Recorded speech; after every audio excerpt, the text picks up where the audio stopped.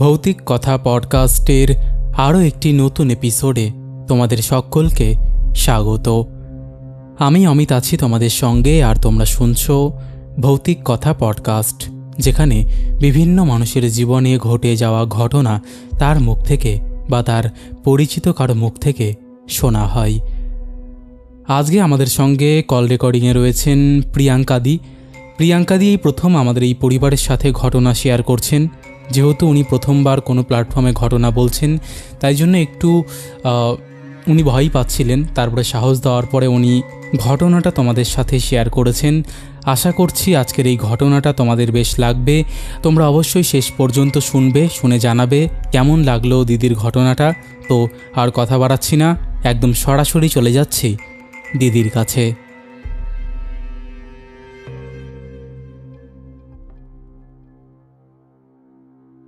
Hello Priyanka দি।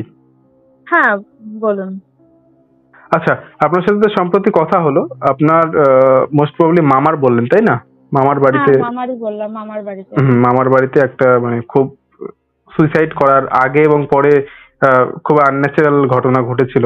হ্যাঁ, সমস্যাটা পুরোটাই মানে ওই বাড়িটা সেদিন থেকে কেনা হয়েছে, তারপর থেকে আনন্যাচারাল ঘটনা ঘটতো, কিন্তু তখন সবাই ছোট ছিল, আর দিদা দাদু আলাদা ছিল, এই জন্য অতটা বুঝতে পারিনি। বাট তারপর থেকে যখন আমরা যাওয়া শুরু করি, তখন আরো সেই আনন্যাচারাল ঘটনাগুলো আরো বাড়তে থাকে। আচ্ছা আচ্ছা, তাহলে আপনি এক কাজ করুন, কবে থেকে শুরু হয়েছিল ঘটনাটা? আপনারা কিভাবে বুঝেছিলেন যে সামথিং ওয়েন্ট রং, বা কিভাবে কি হলো, পুরোটা একদম প্রপার বলুন, আমরা শুনবো। আচ্ছা ঠিক আছে। ঘটনাটা হচ্ছে আমার মামা বাড়িকে কেন্দ্র করে। এবার মামা বাড়িতে 3টে ঘর আছে। তো 3টে ঘরের মধ্যে ঘরের কথাটা আমি উচ্চারণ করছি, তার একটাই কারণ, ঘরকে কেন্দ্র করে অনেক ঘটনা রয়েছে। এটা আমি যখন গল্পটা আগে এগোবো তখন সবাই বুঝতে পারবে। কিন্তু মেন ব্যাপার হচ্ছে, ঘরের যদি আমি ডেসক্রিপশন দিলে তাহলে আরো ভালো হবে বুঝতে যে কোথায় কোনটা আছে। তো আমরা প্রধানত মামা বাড়ি যেতাম কখন, কোনো অকেশন পারপাসে যেতাম। যেমন জামাই ষষ্ঠী যেমন হয়, তো জামাইরা যেত, সবাই যেত, আমরা যারা ভাই বোন আছি তারাও সবাই যেতাম। আর আমার মা যে আছে তারা হচ্ছে তিন বোন আর এক ভাই, ছোট ভাই। প্রতি বছরই আমরা যেতাম মামা বাড়িতে। এবার যখন যারা যত বেশি মেম্বার ছিল, মানে ফ্যামিলি হিসাবে, যে আমার মারা, আমরা যেমন 4 জন আর বাদ বাকিরা 3 জন। এবার তাদেরকে সেইভাবে ঘর ডিভাইড করে দেওয়া হয় যাতে কোনো প্রবলেম না হয়। তো সেই ক্ষেত্রে কি করা হতো, যখন আমার বাবা বেশি দিন থাকতে পারতো না কাজের সূত্রে, তো যখন না বাইরে থাকতেন না, অ্যাকচুয়ালি ব্যবসা রয়েছে, ওই জন্য চলে আসতো। তো মানে দিনের দিনই চলে আসতো, এমন না যে ওখানে থাকবে। মানে দিনের দিন বলতে রাত্রিবেলা হয়তো গেল, সন্ধ্যাবেলা আমরা 4 জনেই গেলাম, বাট সকালে বাবা চলে আসতো। তো এর ফলে কি হতো, আমরা 3 জনই থাকতাম।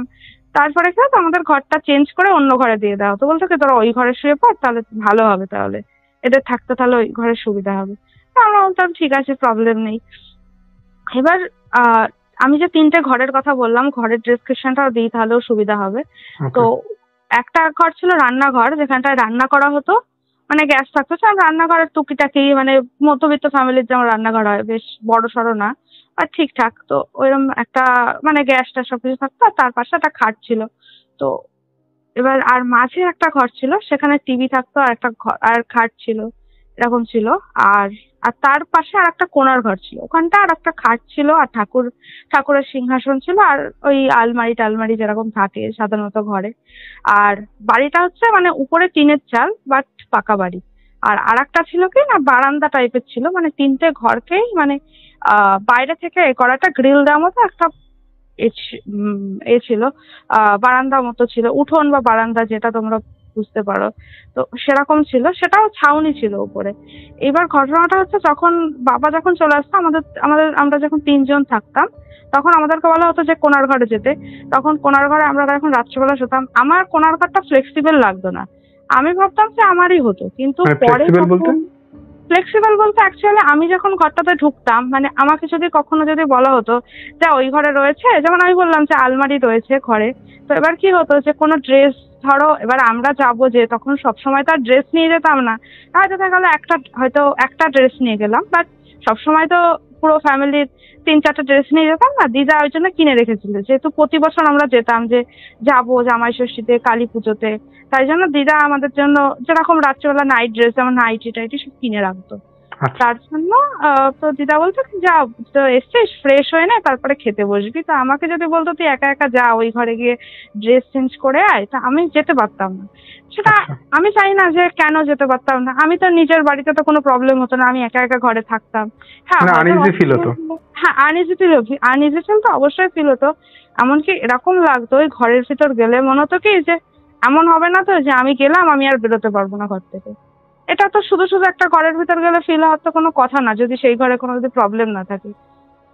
আর ওই ঘরে আরেকটা ফটো ছিল, যেটা হচ্ছে আমার মার বড় মা, আমি তাকে কখনো দেখিনি, মানে সে মারা গেছিল অনেক বছর আগে। মানে আমার মা যখন ক্লাস 4-এ পড়ে তখন, তার আগে মানে স্মৃতিতে পড়তে পড়তে আমার সেই মানে মার বড় মা যে ছিলেন সে মারা গেছিলেন। মানে সে খুব অসুস্থ হয়ে গেছিলেন, শয্যাশায়ী হয়ে গেছিলেন, বা সে আমার মার খুব ভালো মানে বন্ধুর মতো, খুব খুব বন্ধুর মতো মিশতো, কিন্তু তারপরে সে অসুস্থ হতে হতে মারা গেছিল। সেটা ছিল অন্য বাড়িতে।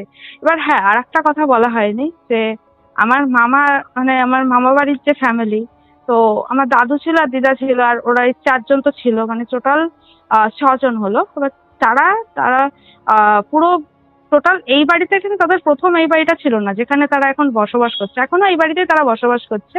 তো তার আগে তারা টোটাল 3টে বাড়ি বদলেছিল। মানে প্রথম যখন তাদের বিয়ে হয়েছিল, মানে দাদু দিদার যখন বিয়ে হয়েছিল, তখন তারা অনেক অল্প বয়সে বিয়ে, তাদের যেহেতু সেটা অনেকদিন আগেকার ঘটনা, বুঝতেই পারছো তোমরা। তো তখনকার দিনে অল্প বয়সে বিয়ে হতো। তখন একটা ভাড়া বাড়িতে থাকতো, তারপরে আস্তে আস্তে দাদু ব্যবসা করতে করতে একটা জমি কিনলো, এরকম ভাবে টোটাল 3টে বাড়ি বদলানোর পরে লাস্ট এই বাড়িটা এসেছিল। এবার এই জমিটা কেনার সময় অনেক ঝামেলা হয়েছিল, চাইনি যে দাদু এই জমিটা কিনুক। তারপরে অনেক দলের নেতা টেতা ধরে তখন ঝগড়াঝাটি করে অনেক কম দামে দাদু পেয়েছিল, মানে যে দামে কথা হয়েছিল আগে সেই দামে সে দিতে চাইছিল না। পরে যখন গেছিল বলেছিল আমি বেশি দামে পেয়ে গেছি, কেন দিতে চাইনি। হ্যাঁ, এবার আমি ঘটনা থেকে সরে গেলাম, কারণ তার পিছনে কারণ আছে, ওই জন্য আমি কথাটা বললাম আগে। তো এবার যেটা বলছি যে কোনার ঘরে যখন আমাকে যেতে বলা হতো, এবার যে ফটোটার কথা বললাম, ওই ফটোটার দিকে যখন আমি তাকাতাম, মানে এবার ঘরের ভিতর তো বললাম সিংহাসন আছে, আমি আগেই বলেছি। তবে সিংহাসন থাকা মানে কি, সেখানে একটা ঠাকুরের প্রেজেন্স আছে, তাহলে তো আমার সেই ঘরে তো ভয় লাগার কথা না, তাই না? এবার আমি, দিদাও বলতো কি বলিস, মানে আমার মাকে বলতো যে কি বলিস কেন, আমাকে মনা বলে বলতো যে কেন ওর ভয় লাগছে, কি কারণে ভয় লাগছে, ওই ঘর তো ভালো ঘর, আমি প্রতিদিন পুজো দিই দুবেলা, ঠিক আছে। তো গীতা পাঠ করা হতো, এমনকি আমি শুনেছি গীতা পাঠ করলে ভালো হয়। সবাই বলতো, আমার মাও গীতা পাঠ করতে ভালোবাসতো, আমিও ভালোবাসি, এমনকি পড়িও মাঝে মাঝে সুযোগ পেলে পড়ি, হনুমান চালিসাও পড়ি বই দেখে। তো সেটা বড় কথা না, বাট আমি যখন ওই ঘরে ঢুকতাম, ওই ছবিটার দিকে যখন তাকাতাম, মনে হতো কি ওই ছবিটা যেন আমাকে মানে তেড়ে, মনে হচ্ছে আমাকে যেন রাগ রাগ চোখে তাকিয়ে রয়েছে, যেটা বুঝতে পারছো তো, মানে একটা ভয়ঙ্কর একটা। হ্যাঁ, এবার আমি যখন মাকে বলছি মা ওই ছবিটা কেন রাখা রয়েছে, এরকম কার ছবি ওটা, ছোটবেলা থেকে, এমন না যে হঠাৎ করে আমি একদিন গেছি ওরম মনে হয়েছে, আমি যখন থেকে ওই বাড়িতে গেছি, আমি ছোটবেলার থেকে, তখন থেকে ওই ঘরটাতে ঢুকতে আমি ভয় পেতাম। এমনকি আমি ওই ঘরে ওই ছবিটার দিকে তাকালে মনে হতো যে সে আমাকে মনে হয় খেয়ে নেবে, এরকম ব্যাপার। আমি তো তাকে দেখিনি, কারণ মা বলতো উনি তো খুব ভালো মানুষ ছিল, আমার সাথে বন্ধুর মতো মিশতো, কেন এরকম হবে তোর। তো আমি বলতাম কি ওই ছবিটা ফেলে দিতে পারে না, এরকম একজন মারা গেছে, কেন ওইসব ছবি রেখে দিয়েছে বাড়িতে, ওইসব ছবি রাখা কি ভালো?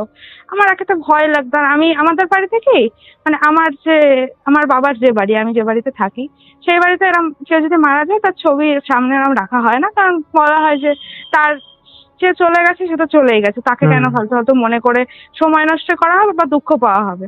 তো সেটাই ব্যাপার, আমরা এটা আমাদের সেটা মনে হয়, শুধু যে কদিন কাজ চললো সে কদিন তারা থাকলো, কিন্তু তারপরে শুধু শুধু তাদেরকে কেন মনে করে, তাদেরকেই বা ডিস্টার্ব কেন করবো আমরা, তো এটা আমরা মনে করি। সেটা যখন মনে পড়লো তখন, কিন্তু ছবি রেখে সেটাকে মনে করা, তো আমার রীতিমতো খুবই ভয় করতো। এবার শুধু যে ছবিটা দেখে ভয় করতো এমন না, যখন আমাকে থাকতে দেওয়া হতো, মানে মা ভাই আমি যখন থাকতাম ওই ঘরে, আমাকে বলা হতো যে তুই একটা সাইডে শো, যেহেতু ভাই ছিল ছোট, আমার থেকে ছোট ছিল, আমার থেকে 7 বছরের ছোট, ছোট মানুষ মানে আমাদের দুজনের মাঝেই শোবে। আর আমি বলতাম আমি আমি একটা ধারে শোবো না, আমি মাঝখানে শোবো, আর মাকে বলতাম তুমি আমাকে ধরে রেখে দাও, আমি না হলে পড়ে যাবো, আমার ভয় করছে তো, ঠিক আছে। এবার আমি কেন জানি না, মানে আমার মামা বাড়িতে যেখানেই শুতাম না কেন আমার সাংঘাতিক ভয় লাগতো।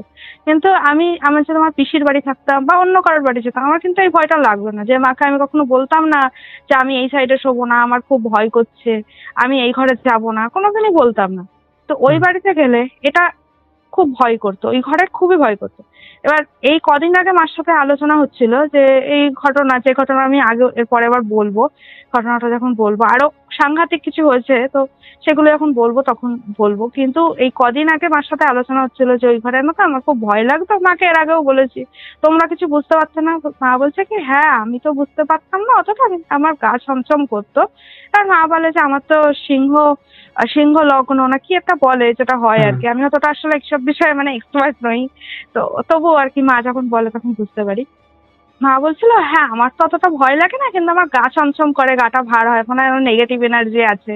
এবার মা বলছে আমার যে মার মাসি আছে, মার মাসি বলতে দিদার বোন, সে অন্য জায়গায় থাকে, কিন্তু সে আসে যখন মানে মামা বাড়িতে, তখন নাকি তাকে একদিন কোনার ঘরে শুতে দেওয়া হয়েছিল। বলছে কি তুই ওই কোনার ঘরে শো, তখন কটা বাজে? 8টা বাজে।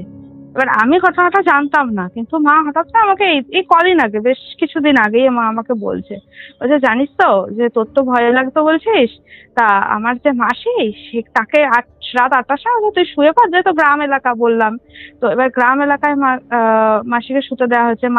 যে মাসিকে দিদা বলেছে তুই শুয়ে পড়, আমি কিছুক্ষণ পর গিয়ে তোর পাশে শোবো। নাকি আধ ঘন্টা মতো হয়েছে, ঠিক আছে, যে মার মাসি শুয়েছে। তো শোয়ার পর ছুটে চলে এসছে, বলছে দিদি তুই আমাকে কোন ঘরে শুতে দিয়েছিস? আমি ওই ঘরে শুতে পারবো না, আমার বিশাল ভয় লাগছে, কি আছে ওই ঘরে? আমি অন্য ঘরে শোবো, আমি ওই ঘরে শোবো না। এরকম ভাবে চলে এসছে। এবার আমি যখন শুনলাম আমি বলছি তাহলে এই ব্যাপার, তাহলে আমি শুধু একা ভয় পেতাম না, তাহলে অনেকেই ভয় পেত। এমনকি ওই ঘরে যখন আমি ঘুমোতাম তখন, এবার ন্যাচারাল মানুষ ঘুমালে কি হবে, এবার স্বপ্ন তো মানুষ একবার দেখে, এমন তো না যে একটা স্বপ্ন সে মানে কোনো সাংঘাতিক স্বপ্ন সে বারবার করে দেখবে, তাই না? সে একই স্বপ্ন না হতে পারে, কিন্তু আমি একই ঘরে শুচ্ছি, একই রকমের স্বপ্ন দেখছি, এটা তো সম্ভব নয়। রিপিটিশন হচ্ছে একই জিনিসের। হ্যাঁ, একই জিনিস বলতে কি মানে হয়তো জিনিসটা হয়তো একরকম নয়, জিনিস যে প্রসেসটা, বাট একই ভয়ঙ্কর রকমের স্বপ্ন। মানে কেমন যে আমি যেখানে থাকি, মানে আমার যে বাড়ি, তো সেখানে থাকি, বাট যখন ওই ঘরে ঘুমোতাম তখন স্বপ্ন দেখতাম কি শোয়ার সাথে সাথে শুরু হয়ে যেত। কিরকম স্বপ্ন দেখতাম যে মানুষকে কেটে ফেলছে, ঠিক আছে, মানুষকে কেটে ফেলছে, বিশাল খুনোখুনি, জানি না, কিন্তু মনে হতো কি যে কেউ কাউকে কেটে ফেলছে, কেউ কাউকে মেরে ফেলছে, বিশাল উল্টো পাল্টা স্বপ্ন দেখতাম। মানে এরকম যখনই ওই ঘরে শুতাম তখনই ওই স্বপ্ন দেখতাম। এবার হ্যাঁ, তখন তো ছোটবেলায় অবশ্যই ভূতের সিনেমা দেখার ভালো লাগতো, কিন্তু আমি যখন নিজের বাড়িতে শুতাম বা পিসির বাড়িতে শুতাম তখন তো আমি এসব স্বপ্ন দেখতাম না। তাহলে ওই বাড়িতেই কেন স্বপ্ন দেখতাম? মানে পার্টিকুলার ওই বাড়িতে আর ওই ঘরে শুলেই ওই স্বপ্ন, ওইরকম স্বপ্ন আমি ওই ঘরে শুলেই দেখতাম, তাই না? আমাকে যখন বলতো যে ওই ঘরে শুতে যেতে, আমি বলতাম আমি ওই ঘরে শোবো না। এবার যখন কোনো উপায় থাকতো না তখন তো শুতে হতো। এবার আমি কিছুতেই দেওয়ালের ধারে শোবো না, এমনকি খাটের ধারেও শোবো না, আমি পুরো মাঝখানে শোবো। তো এইভাবে আমি শোবো, তারপরেও আমি স্বপ্ন দেখতাম।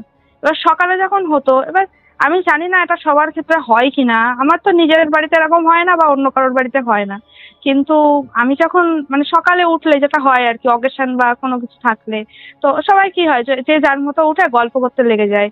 তো এবার সবাই গল্প করতে, আর আমার একটু লেট করে ঘুম থেকে ওঠার অভ্যাস আছে। মানে ধরো অনুষ্ঠান বাড়িতে গেলে 8টা বাজবে, আর বাড়িতে হয়তো যদি লেট করে ঘুমায় তাহলে 10টা বাজবে। এবার সবাই যখন উঠে পড়তো তখন কি হতো না, আমি শুয়ে আছি, যে আওয়াজ পেলাম, হ্যাঁ ঠিক আছে আমি উঠবো। এবার তখন আমি চোখটা খোলার আগে মনে হতো কি যে আমি যেভাবে শুয়ে আছি, আমি কোথায় শুয়ে আছি, আমি কি উল্টো ভাবে শুয়ে আছি না কোথায় মাথা দিয়ে কি শুয়ে আছি, কোন দিকে মাথা দিয়েছি, মানে পুরো ব্ল্যাঙ্ক আউট হয়ে যেতাম, বুঝতে পারতাম না যে আমি কিভাবে শুয়ে আছি। আমি উল্টো দিকে, মানে এটা হয় আর কি বেসিক্যালি, মানে ধরো খাটের ধারের দিকে যদি মাথা দিকে যদি শোয় তাহলে তো সে মনে থাকবে আমি খাটের ধারের দিকে মাথা দিয়েছি, বা দেওয়ালের দিকে মাথা দিয়ে আছি, সেটা সে বুঝতে পারবে। আমি সেটা বুঝতে পারতাম না, মানে বুঝতে পারছো তো আমি কি বলছি? বুঝেছি। হ্যাঁ, তো সেটা না আমি না বুঝতে পারতাম না, আমি কনফিউজ হয়ে যেতাম। এবার যখন ধর্মর করে উঠতাম তখন বুঝতাম আচ্ছা আমি তাহলে ঠিকঠাক ভাবে শুয়েছিলাম, পড়ে যাওয়ার মতো করে শুয়ে নেই, মানে এরকম ফিল হতো।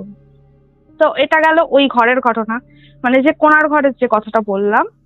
এরপরে আসলো যে আমার আমি এটা কি করে বলি, আমার দাদু যে বলছি, মানে আমার মামা বাড়ির যে দাদু, সেই দাদুর মানে দুটো মা ছিল। দুটো মা বলতে অ্যাকচুয়ালি মানে আমার দাদুর যে বাবা সে প্রথম একজনকে বিয়ে করে। দুটো বিয়ে বলতে অ্যাকচুয়ালি সেইভাবে না, মানে কেমন ভাবে দুটো বিয়ে, প্রথম যে মা ছিল সে অল্প বয়সে মারা যায়, মানে দাদু হওয়ার কিছুদিন পরেই মারা যায়। তখন ভাবে যে দাদুকে কে দেখবে, তখন ভাবে যে তখন দাদুর যে মাসি ছিল মানে যে মারা গেছিল দাদুর যে মা, তার বোনকে বিয়ে করে। তখন বলছে কে দেখবে দাদুকে, তাহলে তাকে বিয়ে করে সে দেখবে। এবার তার দাদুকে দেখতো না। আমি এটা বললাম তার কারণ আছে, তো কারণ দুটো বিয়ে এটা না বললে তুমি বুঝতে পারবে না, তাই জন্য আমি বললাম। তো এবার আমি এটা শুনেছি, মানে আমি আমার দাদুর বাবাকেও দেখিনি, দাদুর যে সৎ মা যে ছিল তাকেও আমি কখনো দেখিনি, কারণ তারা দাদুর সাথে থাকতো না, তারা ঘুরে ঘুরে বেড়াতো। আর আমি যখন তারা যখন আসতো আমি তখন ওখানে থাকতাম না। তো মামা বাড়িতে আর বেশি যাওয়া হয় না, পড়াশোনা থাকে। তো যে দাদুর যে বাবা ছিল সে বয়স হয়ে যাওয়ার পর কি হতো, বৃন্দাবনে থাকতো, মানে বৃন্দাবনে যেত। বৃন্দাবনে তো জানো যে নিরামিষ খাওয়া হয়। এবার আমরা যেহেতু বাঙালি মানুষ, এবার আমি নিরামিষ খাই এখন, নিরামিষ বলতে পেঁয়াজ টেয়াজ খাই, মাছ মাংসটা খাই না, ডিমটা খাই না এখন, অনেকদিন হয়েছে। তো এবার সে হচ্ছে বৃন্দাবনে থাকতো, সে ওরকম যে নিরামিষ খেত। এবার তার না মাছ মাংস খুব ভালো লাগতো, মানে সে অসুস্থ হয়ে যেত ওখানে গেলে, যে খেতে পাচ্ছি না, ঠান্ডা লেগে যেত। আর ঠাকুরের জায়গায় গেলে একটা অসুস্থ হয় না, কিন্তু ওনার হয়তো মন মানসিকতা অন্যরকম ছিল, মেবি হতে পারে, সেটা জানি না।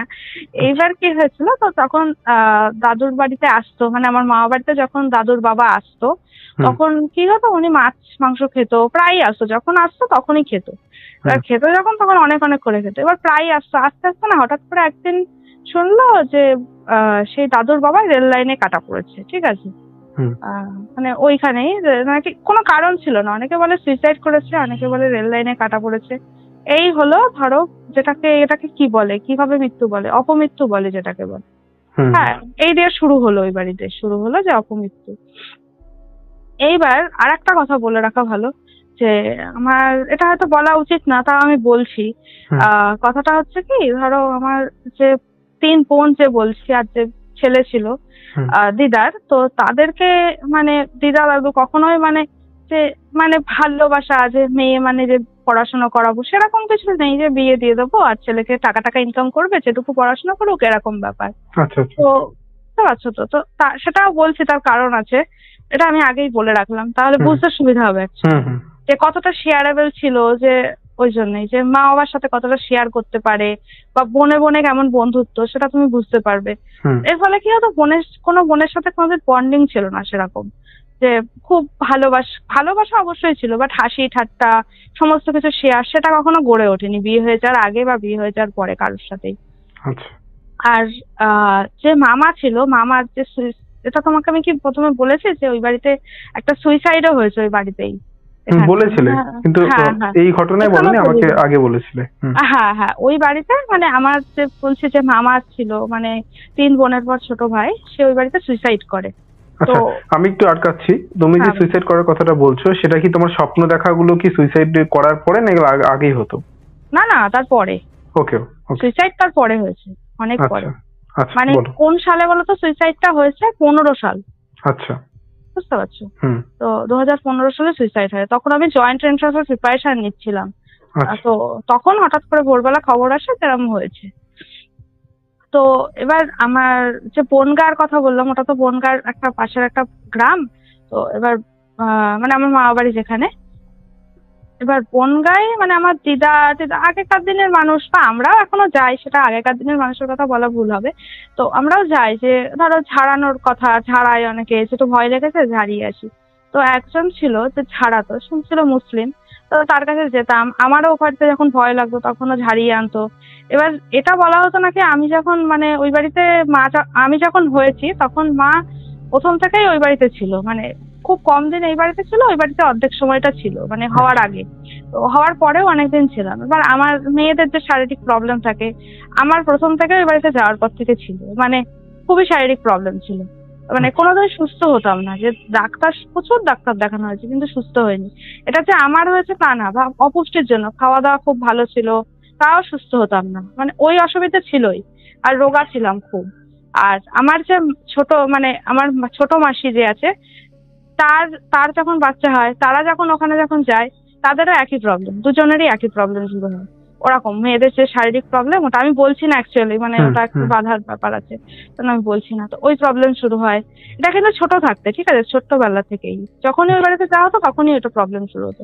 এমনকি আমার মারও তাই। আবার যখন এই বাড়িতে আসতাম ডাক্তার দেখালে ঠিক হয়ে যেত, মানে মোটামুটি ঠিক হয়ে যেত, যেটা আর কি, যেটা সাংঘাতিক ওই বাড়িতে গেলে হতো সেটা আর এই বাড়িতে হতো না। আমি সুইসাইডের ঘটনাটা পরে পরে আসছি, যেহেতু একটা ফ্লোতে চলছিল আমি ভেঙে দিলাম, তাও আমি বললাম মাঝখানে, কারণ তাহলে বুঝতে সুবিধা হবে বাড়িতে কতটা একটু সমস্যা ছিল। তো ওটাই, হ্যাঁ। এবার তারপরে যেটা হলো যে দাদুর বাবা যে সুইসাইড করলো ওই বাড়িতে, এবার দাদুর তো নিজের বাবা, কাজ তো করতেই হবে না বাইরে হলেও, যেহেতু এসছে এখানে এসে সুইসাইডটা হয়েছে।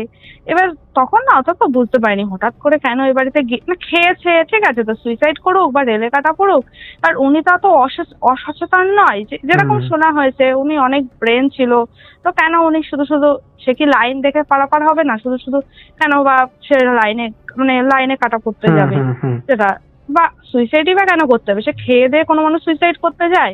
হাসি ঠাট্টা করে গেছে, ঠিক আছে, সুইসাইড করতে গেছে। এটা কিন্তু দাদুর যখন বিয়ে হয়ে গেছে তখন, মানে আমার দাদুর যখন বিয়ে হয়ে গেছে তারপরে এসেছিল, ঠিক আছে, তো মানে আমার মার বিয়ে হয়ে গেছিল তারপরে তারা খেতে এসেছিল, তারপরে এটা হয়েছে। এবার সুইসাইড হলো, তারপরে ওটা তো কাজ টাজ হলো। তো আমার মার তখন বিয়ে হয়ে গেছিল, কিন্তু মনে হয় সম্ভবত আর যে 2 বোন ছিল তারপরে আস্তে আস্তে বিয়ে হচ্ছিল, মানে এই বাড়িতে আসার পরে সুইসাইড হয়েছে। তার আগের যে বাড়ি দুটো ছিল, যেটা বললাম যে টোটাল 3টে বাড়ি ছিল এর আগে, আর তিনটে বাড়ি, 2টো বাড়ি ছিল আর একটা জমি ছিল, মানে এটা বাদ দিয়ে আরো 3টে জমি ছিল। তো ওই 2টো বাড়িতে কোনো সমস্যা হতো না। ওই 2টো বাড়িতে দাদু দিদা খুব ভালো ছিল, পড়াশোনা করাতো, প্রচুর ব্যবসা ছিল। মানে আমার দাদুর হচ্ছে একটা কারখানা ছিল, পাউরুটির কারখানা নাম, মানে এমনি পাউরুটি তো অনেকে ওখানে বেচে, তো পাউরুটির কারখানা ছিল নিজের বাড়িতে, বিস্কুটের কারখানা ছিল। যখন এই বাড়িতে আসতো সব বন্ধ হয়ে গেল, আর কিচ্ছু হতো না। এবার মা বলতো যে বিয়ে হয়ে গেছে, মেয়েরাই তো করতো, বিয়ে হয়ে গেলে আর কি করে করবে, সব সাপোর্ট তো চলে গেল। কিন্তু সাপোর্ট চলে গেলেও মা বাবা তো করতেই পারে ছোট করে, সবই বন্ধ হয়ে গেল। তখন দাদু কাজ করতে ঢুকলো কারখানাতে, প্রথম থেকেও করতো, কিন্তু কারখানাটাই মেন, বাড়ির কারখানাতেই প্রচুর ইনকাম হতো।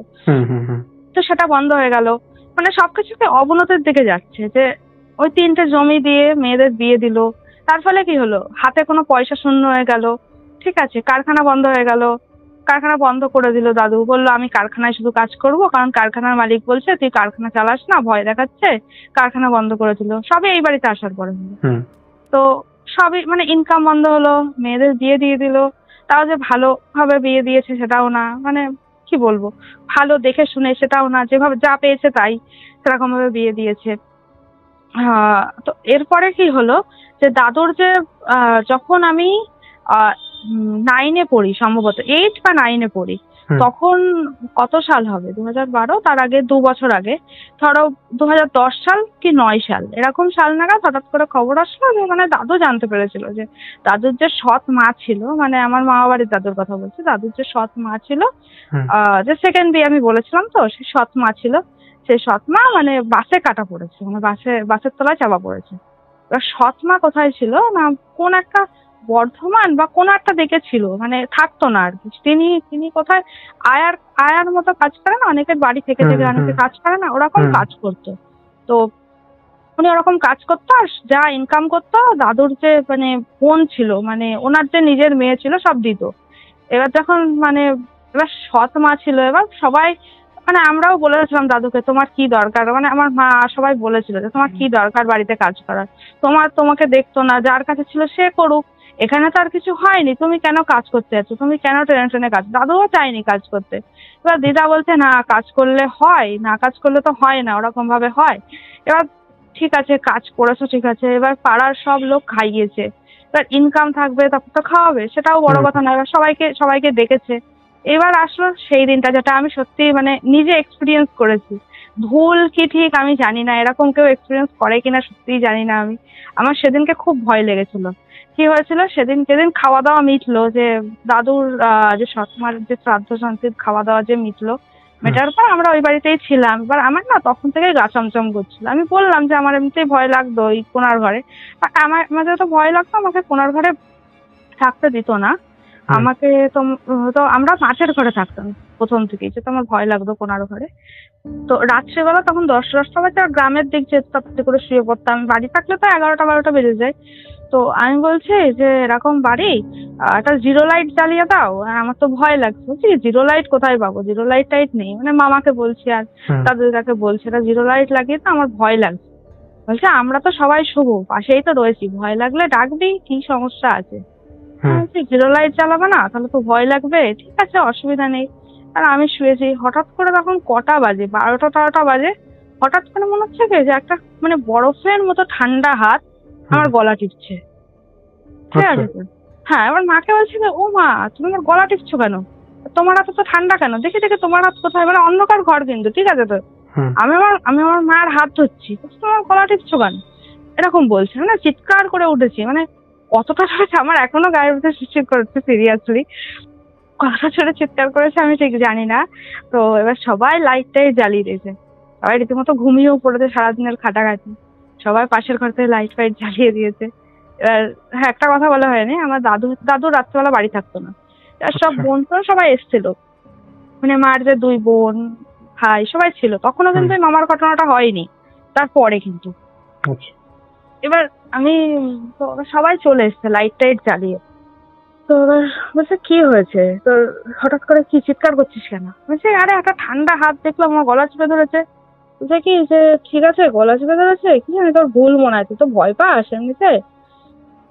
হ্যাঁ, বলছে তোমাকে আমি বললাম যে জিরো লাইট জ্বালিয়ে দিতে, জ্বালালে না, এরকম হলো, আমার এখন ভয় লাগছে। কি হলো কি জানি, মার হাতটা তো ঠান্ডা হয় না, মার হাতে হাত দিলাম। মা বলছে আমি তোর গলা টিপতে যাবো কেন, শুধু মানে সত্যি এটা হয়েছে, কেউ বিশ্বাস করবে না হয়তো, এটা আমি ফিল করেছি। তারপরে ভয়ে ভয়ে ঘুমিয়েছি, আমি সবার মাঝখানে শুলাম, মাঝখানে শুয়ে ঘুমোলাম। তারপরের দিনে আমি বাড়ি চলে গেছিলাম। ওটা ওখানটায় ঘটনাটা হলো। আর আরেকটা ঘটনা, যে ওই বাড়িতে যে বললাম যে অনেক দূরে পায়খানা বাথরুম ছিল, সেটা মানে যেহেতু গ্রামের দিক তো, আর আগেকার দিনের মানুষরা কি অনেকটা দূরে করতো।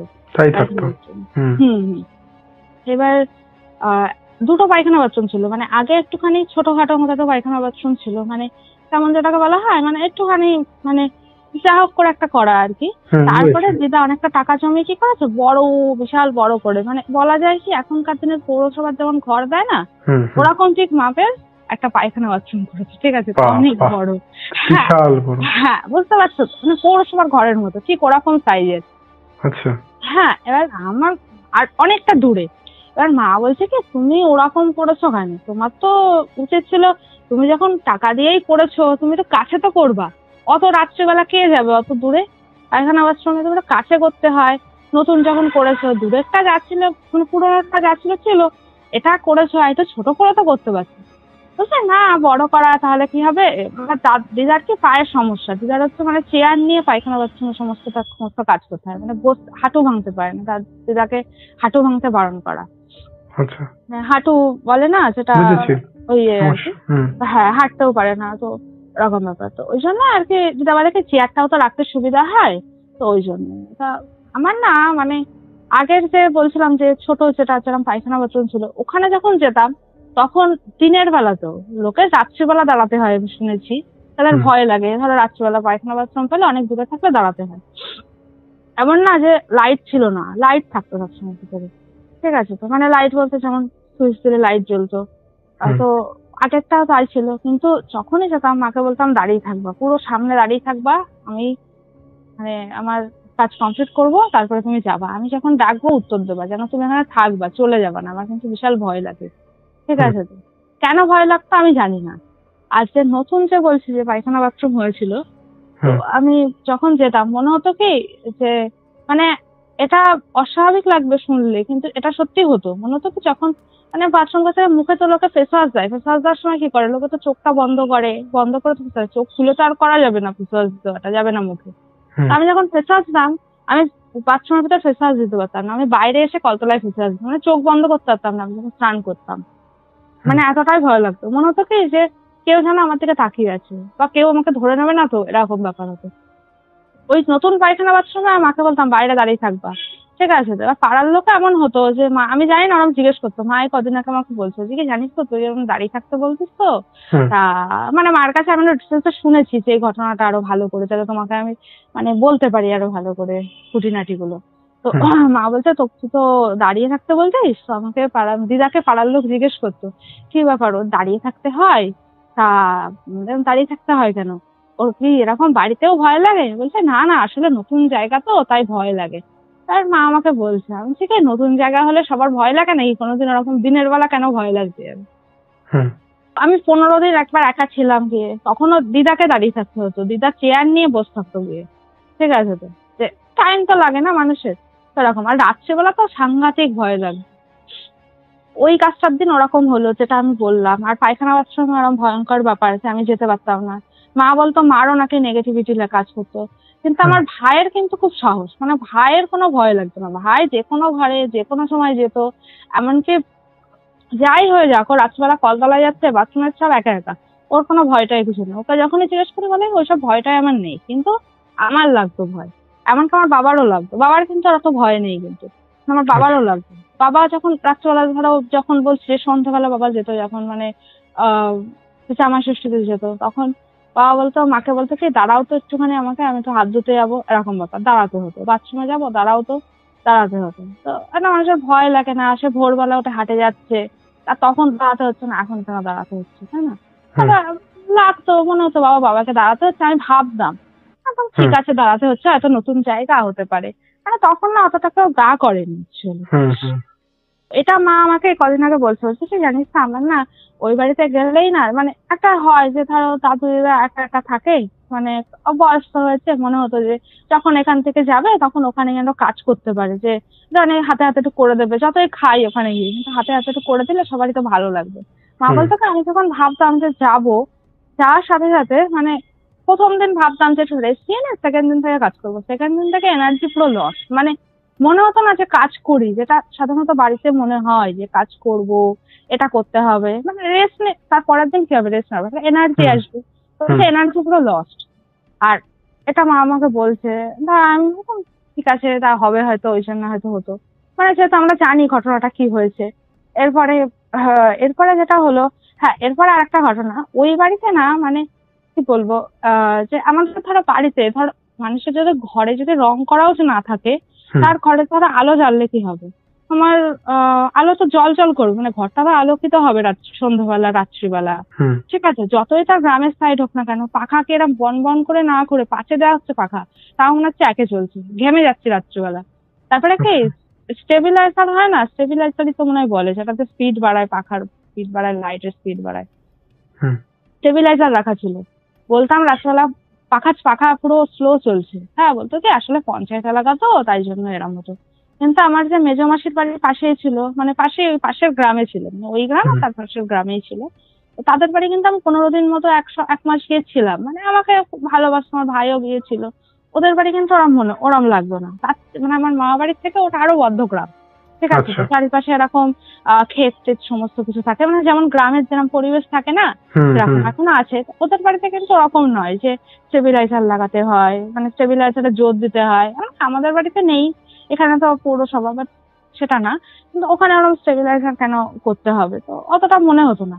আর আমি জোরে দিয়ে দাও, বিশাল তো গরম বাবা, লাইটেও তো মানে আলো ছড়াচ্ছে না, মানে যতই দুটো করে প্রত্যেকটা ঘরে আলো, হ্যাঁ একটা রড লাইট আর একটা যেটা ডুম মতো হয় না ওরকম লাইট লাগিয়েছে, কিন্তু হচ্ছে মানে আলো জোর নেই, কোনো ঘরে আলো জোর নেই, রান্নাঘরেও টিপ টিপ টিপ টিপ করে আলো জ্বলছে। তারপরে কি ফোনে যে ইন্টারনেট, তখন ধরো আমি যে 2012-13 কথা বলছি, বা তার আগে ধরো, তার আগে যখন হতাম 2G তো ছিল, মানুষের 2G 3G তো তখন তো ছিল, তাই না? 2G 3G চলতো না, মানে কোনো ঘরের ভিতরে চলতো না। ওই কোনার ঘরটাতে ধরো ওই 2G মতো চলতো, তাও ঘুরতো, মানে যাই চালাবো ঘুরতো, মানে যার যদি টাকা যদি নেট ভরেও, তখন তো টেপা ফোন থাকলেও কি, টেপা ফোন না স্ক্রিন টাচ ছিল, ধরো মনে হয় স্যামসাং এর মনে হয় ছোট্ট স্ক্রিন টাচ ছিল, আমার একটা ছিল J2 J1 ওইসব টাইপের ফোন, ওরকম অনেকগুলো ছিল, মানে আমার ভাইয়ের একটা ছিল, আমারও একটা ছিল, কিনে দিয়েছিল সবাইকে। তো বলছি যে বারান্দা ছিল না, বারান্দায় এসে আমাদের নেট চালাতে হতো, বারান্দায় বসে যা করব, তখন অনেক ওয়েবসাইট খুলেছিল, ফেসবুক বাদ দিয়ে অনেক বাইরে চ্যাট ফ্যাট করা যেত, হ্যাঁ ওরকম যাই করতে হবে বারান্দায় বসে করতে হবে, ঘরের ভিতর নেট চলবে না, তোমার যতই তোমার ভালো দামি নেট থাকবো না কোনো নেট চলবে না, হ্যাঁ এরকম ব্যাপার। এরকম এটা মনে হয় এটা হতো, কিন্তু আমরা অত গুরুত্ব দিইনি, কেন হচ্ছে কি জানি, এরকম হতেই পারে, গ্রামের দিক তো হতে পারে, ঘরের ভিতর আলোকিত নাই হতে পারে। এখন এটা বুঝতে পারি যে ওটা ঠিক ছিল না, এবার আসলো সেই দিনটা 2015 সালের মাঝামাঝি। হুম। তো তখন কোন মাস হবে, মাসটাও ঠিক আমার মনে নেই, মার্চ মানে গরমকালই, বুঝলে তো। ওকে। তো মার্চ মাসের পরে বা এপ্রিল বা জুন মাস মেবি। তো ওই মাস অ্যাকচুয়ালি অত ডেট টেট তো অত মনে থাকে না, আর এইসব কথা তো শোনা যায় না মার কাছে যে কোন দিনে হয়েছে কি হয়েছে, বুঝলি হুম তো। হুম হুম। খারাপ লাগে, তো বললেও খারাপ লাগে, তো তো ওই জন্য আমি আর শুনিও নি ভালো করে। তো মা তখন হঠাৎ করে, তখন কটা বাজে, 6টা বাজে। তো এরকম না, 6টার সময় এখন যদি ফোন আসে খুব ভয় লেগে যায়, মনে হয় কি কি হলো, সেই সেই ঘটনা হওয়ার পর থেকে আচ্ছা। ফোন আসে হঠাৎ করে। তখন ফোন আসতো কিন্তু ফোন, সকালবেলা তো লোকে ঘুমায় না। তো আর আমাদের বাড়িতে একটু লেট করেই ওঠে, বাবা অনেক সকালে উঠে যায়, ঠাকুমা সকালে উঠে যায়, মাও একটু লেট করে ওঠে, ধরো 7টা 7:30 নাগাদ উঠবে। ফোন অত কে হাতে নেবে সকালবেলা উঠে, আর ফোনই বা কেন করবে ভোরবেলা শুধু শুধু। এবার ফোন করেছে 3-4 বার ফোন করেছে মার ফোনে। তারপরে হঠাৎ করে মা ফোন ধরেছে, মানে উঠেছে ঘুম থেকে, উঠে ফোন ধরেছে, তখন ফোন ধরে বলছে যে মানে মার পাশে, যে মামা বাড়ির পাশের বাড়ি একজন ফোন করে বলছে এরকম তোর ভাইটা গলায় দড়ি দিয়েছে, বুঝতে তো আচ্ছা। এরকম হয়েছে। বিশাল খারাপ একটা অবস্থা। তো আমরা এখান থেকে গেলাম, মানে আমি যাইনি, কারণ আমার একটু ওইসব দিকে একটু ডাক্তার বলেছিল, যেহেতু আমার এরকম বলছি না মামা বাড়ি গেলে এরকম হতো, এবার ভয় লাগতো, কিন্তু ওরকম নয় যে অত্যাধিক ভয় লাগতো। আমার অ্যাকচুয়ালি কি হতো বলতো, চেপে ধরা বলে না, বোবায় ধরা যেটা হয় না, হুম হুম। স্লিপ প্যারালাইসিস, ওরকম হতো। ওই জন্য কি হতো, এখানে একটা ডাক্তার দেখাতো, ওই ডাক্তার ওষুধ দিত, ঠিক হয়ে যেত। ডাক্তার বলেছিল তো ওইসব থেকে ওকে একটু দূরে রাখবে, যেহেতু ওর টেনশনটা একটু কম দিলে ওকে ভালো হবে। তো আমি ওই জন্য মা আমাকে অ্যালাউ করতো না, আর আমি যেতেও চাইনি, যে তোমরা যাও আমি যাবো না। আচ্ছা। সবাই গেছিল। যাওয়ার পরে তো সবটা মানে যেটা হয় আর কি, বুঝতে পারছো তো, একটু সত্যি হুম হুম যেরকম যেটা ডেসক্রাইব করলাম না, তো হুম। ওটাই।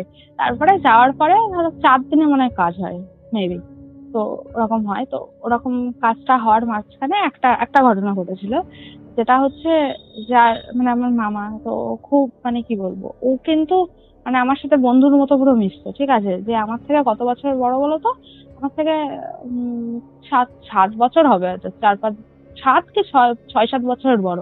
মানে আমার পিসির মেয়ে, আর ও 1 বছর একই বয়সের, এরম মানে দুজনে আমার সাথে খুব ভালো বন্ধুত্ব। মানে আমি কথা বলতাম, তুই তুই করে কথা বলতাম, মারধর, দুজনের সাথে খুব বন্ধুর মতো। লোকে দেখে ভাববে যে বিশাল বন্ধু, এরকম ব্যাপার। আর সবসময় হাসতো। আচ্ছা। স্বাভাবিক, বাবা এরম কাজ করতে পারে কখনো।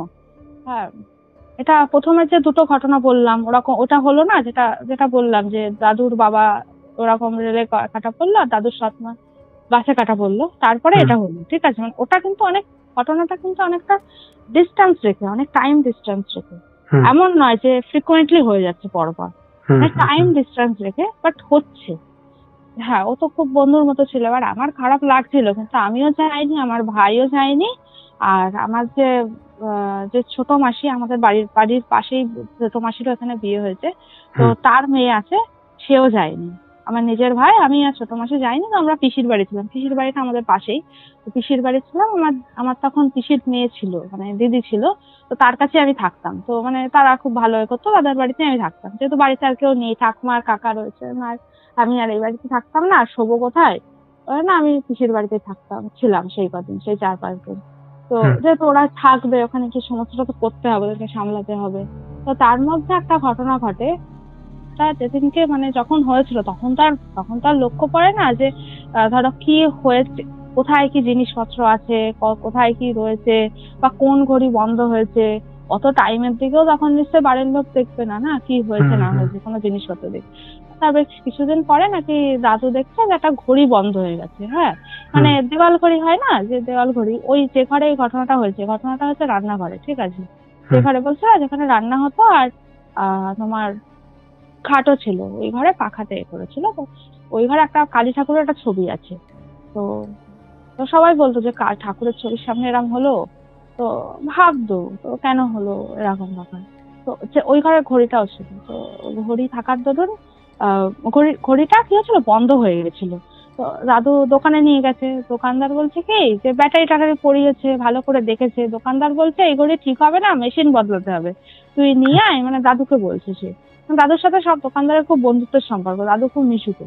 তো সব দোকানে টোকানে যায়, যেন তুই তুই করে বলে, তুই নিয়ে আয়, আমার কাছে এখন মেশিনটা নেই, তুই রেখে যা, না হলে নিয়ে যা, আমি যখন মেশিন আনবো 2-3 দিন পরে আয়, আমি ঠিক করে দেবো। মানে 2-3 দিন না মনে হয়, বলেছে 1 সপ্তাহ পরে আমি তো কলকাতায় গিয়ে মেশিনটা আমি জিনিসটা নিয়ে আসি, তার তো ঘড়ি ঠিক হয়ে যাবে, তুই বাড়িতে গিয়ে নিয়ে রেখে দে, না হলে আমার কাছে রেখে দিয়ে যা। তো দাদু বললো ঠিক আছে তাহলে আমি নিয়েই যাই, বরঞ্চ তোর কাছে থাকলে আবার আমি তো অন্য কাউকে দিয়েও ঠিক করাতে পারি, এবার রেখে দিই, দেখি কি হয়, ঠিক করাবো কিনা ঠিক নেই। আর দাদু কি করে, যেখানে ঘড়িটা টাঙানো ছিল ওখানেই ঘড়িটা দাদু টাঙিয়ে দেয়। তো ঘড়িটা টাঙিয়ে দেওয়ার পর বেশ কিছুদিন, মানে বেশ তার পরের দিন নাকি ঘড়িটা নাকি মানে সেই যে টাইম, মানে বুঝতে পারছো, মানে যে টাইমটা, যে মানে দাদু যখন ঘড়ির দিকে তাকিয়েছে সেই যে টাইম, সেই টাইমে ঘড়িটা নাকি সঠিক টাইমে চলছে, দেখেছি। আচ্ছা, মানে বুঝতে পারছো তো আমি কি বলছি? মানে কারেন্ট টাইমে ঘড়িটা চলছে, আর দোকানদার বলেছে যে মেশিন খারাপ হয়ে গেছে, মেশিন বদলাতে হবে ঘড়ি। এইবার তো এটা আমি আজকে মা আমাকে বললো। তো এবার দাদু, মানে আমার মা গেছিল, তো মা মাঝে মাঝে যেত আর কি, আমি যেতাম না। তারপর থেকে খুবই কম যেতাম, মানে যেতাম না বললেই হয়, আমার তো ভয় লাগতো। তো ওই বাড়িতে যেতে আমার খুব ভয় লাগতো। তারপরে আরো মানে যে কোনার ঘরের কথাটা বললাম না, তার থেকে ওই পাশের ঘরের দুটো আরো বেশি ভয়, ঘর দুটো আরো বেশি ভয় লাগতো কোনার ঘরের থেকে, সাংঘাতিক ভয়। তারপর থেকে সাংঘাতিক, কোনো থেকেই কিছু নেই তো, মানে দৌড়ে চলে যেতে হতো, এরকম ব্যাপার। এটা এখন কি হয়েছে, কোনার ঘর যেন কম ভয়ঙ্কর, মনে থেকে আমি 3টে ঘরেই আর থাকতে পারবো না, আমি উঠোনে বসে থাকি, তাহলে আমি বেটার থাকবো, এতটা ভয় লাগবে। এটা আমার ফিলিংস এর জন্য হতো না ওই হয়েছে বলে হতো, আমি জানি না, আই ডোন্ট নো, বাট এরকম হতো। তো দাদু বলছে কি, যে দাদু, মা গেছে, মা যাওয়ার পর দাদু বলছে কি, দেখ তো ঘড়ির দিকে, ঘড়িটা দেখছিস? বলছে কি হ্যাঁ, কি হয়েছে ঘড়িতে? বলছে কি এই হয়েছে, ঘড়িটা এরকম এরকম বন্ধ হয়ে গেছিল, জানিস তো, হঠাৎ করে দেখছি ঘড়িটা পুরো সঠিক টাইমে চলা শুরু করেছে। মা বলছে তাই, জানি কি হবে হয়তো, অতটা গুরুত্ব দেয়নি, বুঝলে তো। এবার হ্যাঁ, আর একটা ঘটনা এরপরে, এবার দিদা না জামাই ষষ্ঠীর সময় আর বলতো না যে জামাই ষষ্ঠী করবো, আর তার পরের বছর থেকে আর বলতো না, যেহেতু এটা হয়েছে। তখন জামাই ষষ্ঠীতে খুব আনন্দ হতো। এবার দিদা ভাবলো কি, যে একটা কাজ করি, যখন তোরা আসতে চাইবি তখন আসবি, মানে যে বোন আসতে চাইবি একসাথে আসিস, কিন্তু অন্য সময় আসিস, কালী পুজো জামাই ষষ্ঠীর সময় আর আসিস না, এরকম বলে দিয়েছিল। তো দিদার খুব মানে কষ্ট হতো। সবাই বুঝতো, তো ঠিক আছে তাহলে তুমি একাই থাকো, কি করবে, দিদা যখন চাইছে না। সবাই যেত, যখন দরকার হতো তখন যেত, যতটা পারতো। তো এবার একবার কি হয়েছিল, তো 3 বোনই গেছে, সব জামাইরাও গেছে, বাবা যায়নি, বাবা খুবই কম যেত বললাম আমি। তো সব বোন গেছে, আমার ভাই গেছিল, কিন্তু আমি যাইনি। আমি মনে হয় তখন হোস্টেলে থাকতাম, পড়াশোনা করতাম, হোস্টেলে থাকতাম, যেন আমি যাইনি। আমি জানতামও না যে মা গেছে, এরকমও হয়েছিল মনে হয়। হ্যাঁ, এটা হয়েছিল। তো কি হয়েছিল, তখন সেই বাড়ি ফোন নিয়ে হয়েছিল, এটা বেশ মজাদার ঘটনা ভয়ের থেকেও, কিন্তু ভৌতিক। হ্যাঁ, মানে আমি বলছি, ও খুব মিশুকে ছিল, তার ভীষণ দুষ্টু ছিল, মানে বড় হয়েও পিছনে লাগতো, মানে সবার পিছনে লাগতো, ও বিড়াল কুকুরেরও পিছনে লাগতো, এরকম ব্যাপার, মানে মারাত্মক। এরকম ছিল, মানে যে মারা গেছে, তো এরকম ছিল। তো কি হয়েছে, মানে ও যখন মারা গেছে কত বয়স ছিল বলো তো, তখন মানে 27 না 28 বছর বয়স ছিল, ঠিক আছে। তো ওই জন্য জিনিসটা প্যাথেটিক ছিল। এবার কি হয়েছে, ছোট মাসির মেয়ে আছে, ছোট মাসির মেয়ে আমার মাকে বলছে যে মাসি দেখো না, সায়ন, মানে আমার ভাই যে, বলছে ও না বারবার করে ফোন করছে, ওকে একটু বলো না ফোন না করতে। মা বলছে কি বলিস, ও ফোন করছে, দাঁড়া দেখি ওকে বলি। মা দেখছে ফোন করছে, বলতে কার ফোন থেকে বলো তো? আমার যে দিদার ফোনটা কোন ঘরে ছিল, তখন যে ঘরে ঘটনাটা হয়েছিল ওই ঘরে ছিল। এই ফোন থেকে না বারবার করে ফোন আসছে, ওকে একটু বলো না, মানে আমার ভাইয়ের কথা বলছে, ওকে একটু বলো না ফোন না করছে কেন, বারবার করে ফোন করছে। আর ফোন ধরলাম প্রথমবার, কিছু হচ্ছে না, কি ব্যাপার, মানে পাশের ঘরে কিন্তু ওরা বসে রয়েছে, ওই ঘর থেকে কেন ফোন আসবে? আর মা বলছে কি ফোন করছে, কি বলিস, তারা দেখছে কোথায় রয়েছে। ওই মানে আমার ভাইকে ডাকছে, বলছে এই ফোন করছিস না? আমি তো এখানে খেলছি, মানে পাশে মাঠ ছিল, আমি এখানে খেলছি, আমি কেন করতে যাবো, আমি কেন ফোন করতে যাবো, আমি সব ফোন টোন করিনি। ও তো ওর মতো বিন্দাস খেলছে, বলছি না ও ভয় টয় পায় না। আর যেহেতু আমার মাসির মেয়ের মাসির মেয়ে তো ছোট, একই বয়সে দুজন, পুরো সেম বয়স, 2.5 মাসের ছোট বড়। এবার হচ্ছে ও বলার কারণ, ও জানে বিশাল দুষ্টু, মানে আমার ভাই জানে বিশাল দুষ্টু। হ্যাঁ, বিশাল পিছনে লাগে, লোককে জ্বালাতে ভালোবাসে, এরকম ব্যাপার। তো বিচ্ছু আর কি। তো এরকম ব্যাপার, তো ওই জন্য বলেছে। আর মা বলছে কি ফোন আসছে, এবার দাদুকে বলেছে, আমার দাদু যে মানে মামা বাড়ির দাদু বলছে যে বাবা দেখো না, বলছে ফোন আসছে এই ফোন থেকে। ফোন কোথায়? ফোন দেখে তো দুটো ঘর খুঁজেছে, ফার্স্টে প্রথমে অন্য দুটো ঘর খুঁজেছে, পাইনি। তারপরে রান্নাঘরে গেছে, রান্নাঘরে গিয়ে দেখছে খাটের উপর ফোনটা পড়ে রয়েছে। ঘরে কিন্তু জনমনুষ্য নেই, ঠিক আছে, কোনো লোক নেই ঘরের ভিতর, ফোনটা সুইচ অফ। তাহলে ফোনটা আসলো কি করে? এবার মানে জিনিসটা ভয়ঙ্কর না, মানে ফোন করলো। আর ফোনটা কি করলো, কোনার ঘরে এনে আলমারি, কাঠের আলমারি ছিল দাদুর মানে মামা বাড়িতে সব কাঠের আলমারি ছিল, আর একটা শুধু স্টিলের আলমারি ছিল। কোনার ঘরে কাঠের আলমারির ভিতরে এনে আলমারিটা মানে লক করে দিল। আর ফোন আসবে না, আশা করা যায় আর ফোন আসবে না। এটা একটা ঘটনা হলো। আর একটা ঘটনা, আর একটা ফোনের ঘটনা ছিল, যেটা হচ্ছে তোমার হয়েছিল আমার যে ছোট মাসি ঘরের ভিতর বসে আছে, মানে তখন মাও গেছিল, মাও মানে সবাই একসাথেই যেত, কারণ কেউ না আর ওই একা একা যেতে ভয় পেত আর কি, সবাই ভয় পেত তখন। বলতো কি না একা একা থাকবো না, গেলেও তাও উঠোনে শোবো, ঘরের ভিতর কেউ শোবো না, এরকম ভয় লাগতো তখন হওয়ার পর থেকে। মাসি বলছে কি যে ছোট মাসি বলছে যে তোমার ফোন থেকে ফোন আসছে। হ্যাঁ তোমার ফোন থেকে, দিদাকে বলছে কেউ মা ফোন করছো কেন, আমি তো এই ঘরে বসে রয়েছি, আমার তোমার ফোন থেকে ফোন আসছে, ফোন কই তোমার? ফোন করছে, কই ফোন করিনি তো আমি। তো মাসি বলছে কি বলো, দুবার ফোন আসলো, দেখো তোমার ফোন কোথায়? দেখছি ওই ঘরে ফোন পড়ে রয়েছে। তো এগুলো তো কাকতালীয় হতে পারে না, না ওই ঘরে তো কেউ নেই, ফোনটা কে করবে? ওই ঘরে তো মানে মানুষ থাকলে তো ফোন করবে।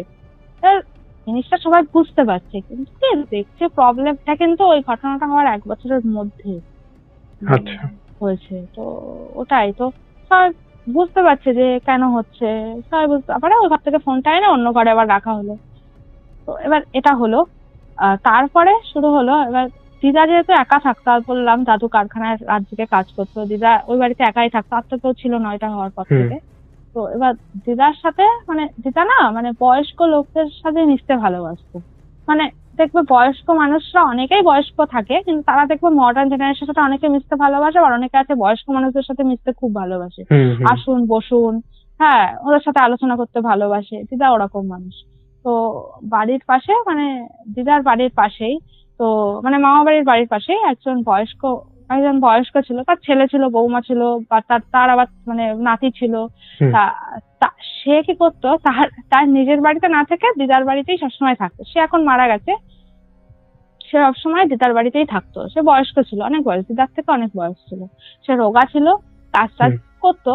তার বৌমা আবার বাইরে কাজ করতো, মানে আয়ার কাজ করতো আর কি, সংসার চলতো না বলে আয়ার কাজ করতো। ওই জন্য মানে উনি ওই বয়স্ক উনি যে আসতো, তো মাসিমা বলতো, মাসিমা আসুন, দিদা মাসিমা করতো, আর আমরা ঠাকমা বলতো। আমরাও আড্ডায় আর কি মারতাম। উনি নাকি, আমি ভাবতাম, মাকে বলতাম বাবা ওনার সাহস আছে বলতে হবে, ওই বাড়িতে গিয়ে শোয় খায়, বাবা বিশাল সাহস, আমি তো বাবা পারবো না, কি করে করে কে জানি, এরকম ব্যাপার। আমি জানতাম না সত্যি ওই বাড়িতে ওনার সাথেও ওরকম হয়েছে, মানে ওনার অত্যাধিক শরীর খারাপ। ওনার কিন্তু দিব্য শরীর ছিল, মানে শরীর অতটা ভালো, একটা ভালো বয়স হয়েছে, কিন্তু মানুষের শরীর খারাপ হয়ে আবার ভালো হলো কি করে বিনা ট্রিটমেন্টে, সেটা তো সম্ভব না। কি হয়েছিল না ওনার যে মানে উনি যখন থাকতো হঠাৎ মানে উনি মামা বাড়িতে খেত, ঠিক আছে, দুপুরবেলা চা রান্না হতো, দিদা খেতে দিত, বলতো খাও মাসিমা। এই নিয়ে ফ্যামিলিতে অনেক গন্ডগোল করতো, স্বাভাবিক ব্যাপার, লোকে তো আলোচনা করতেই পারে, শাশুড়িকে মনে হয় খেতে দেয় না, হ্যাঁ হয় না সেটা বুঝতে পারছো তো। হ্যাঁ কিন্তু উনি দিদার কাছে খেত, তো ওনার বৌমা টৌমা গন্ডগোল করতো, কিন্তু উনি দিদার কাছেই খাবে এরম ব্যাপার দুপুরবেলা। তো খেত, রাত্রিবেলা আসতো। ওনার নাকি বিশাল শরীর খারাপ করে ওই বাড়িতে, শরীর খারাপ বলতে শয্যাশায়ী পুরো, মানে উনি বিছানায় শুতো, ওনার রক্ত লেগে যেত বিছানায়, অনেক বয়স্ক। এবার তখন লকডাউনের পিরিয়ড, লকডাউন সবে শুরু হয়েছে, লকডাউন 2019 সালে না 20 সালে প্রথম দিকে শুরু হলো লকডাউনের পিরিয়ড। তখন ওনার ওরকম অবস্থা, তার আগের থেকে ওরকম রক্ত পড়ছে, তো যেটা ওরকম কাপড় টাপড় পেতে দিত। তখন না অত বুঝতে পারিনি যে ওই বাড়িতে থাকার জন্য অত শরীর খারাপটা লাগতো, অত শরীর খারাপই সবার হয়ে যেত। তখন অত ক্যাচ করতে পারেনি, কারণ কি কারোর তো নিজের তো কারোর হয়নি, অত বুঝবে না, আর কেউ তো অত ইন্ডিকেট করেনি যে ওটার জন্যই ওটা হচ্ছে, বা বাড়িতে কোনো সমস্যা রয়েছে, সবাই ক্যাজুয়াল নিয়েছে। এবার ওনার অনেক শরীর খারাপ হলো, তখন ওনার ছেলে বনগাঁ হসপিটালে নিয়ে গেল। হসপিটালে নিয়ে যাওয়ার পর কলকাতায় ট্রান্সফার করা হলো। ওরা আর কলকাতায় নিয়ে যায়নি, বাড়িতে নিয়ে আসলো। যে হাতুড়ে অনেকে আছে না, তাকে নিয়ে এসে ওনাকে ট্রিটমেন্ট করানো হলো। তারপরে উনি আবার স্বাভাবিক হয়ে গেল, নিজের বাড়িতে গেল, স্বাভাবিক হয়ে গেল, সুস্থ হয়ে গেল। বুঝতে পেরেছো তো? আচ্ছা। এরকম বলা হয়েছিল, মানে বনগাঁ হসপিটালে বলা হয়েছিল ওনার মেবি ক্যান্সার হয়েছে, বাট এখানে তো সেরকম ট্রিটমেন্ট নেই, আপনারা নিয়ে যান, কলকাতায় নিয়ে যান, আমরা কিছু করতে পারবো না, এরকম বলে দিয়েছিল। সেই মানুষ সে ওই বাড়ি থেকে ফিরে পুরো সুস্থ।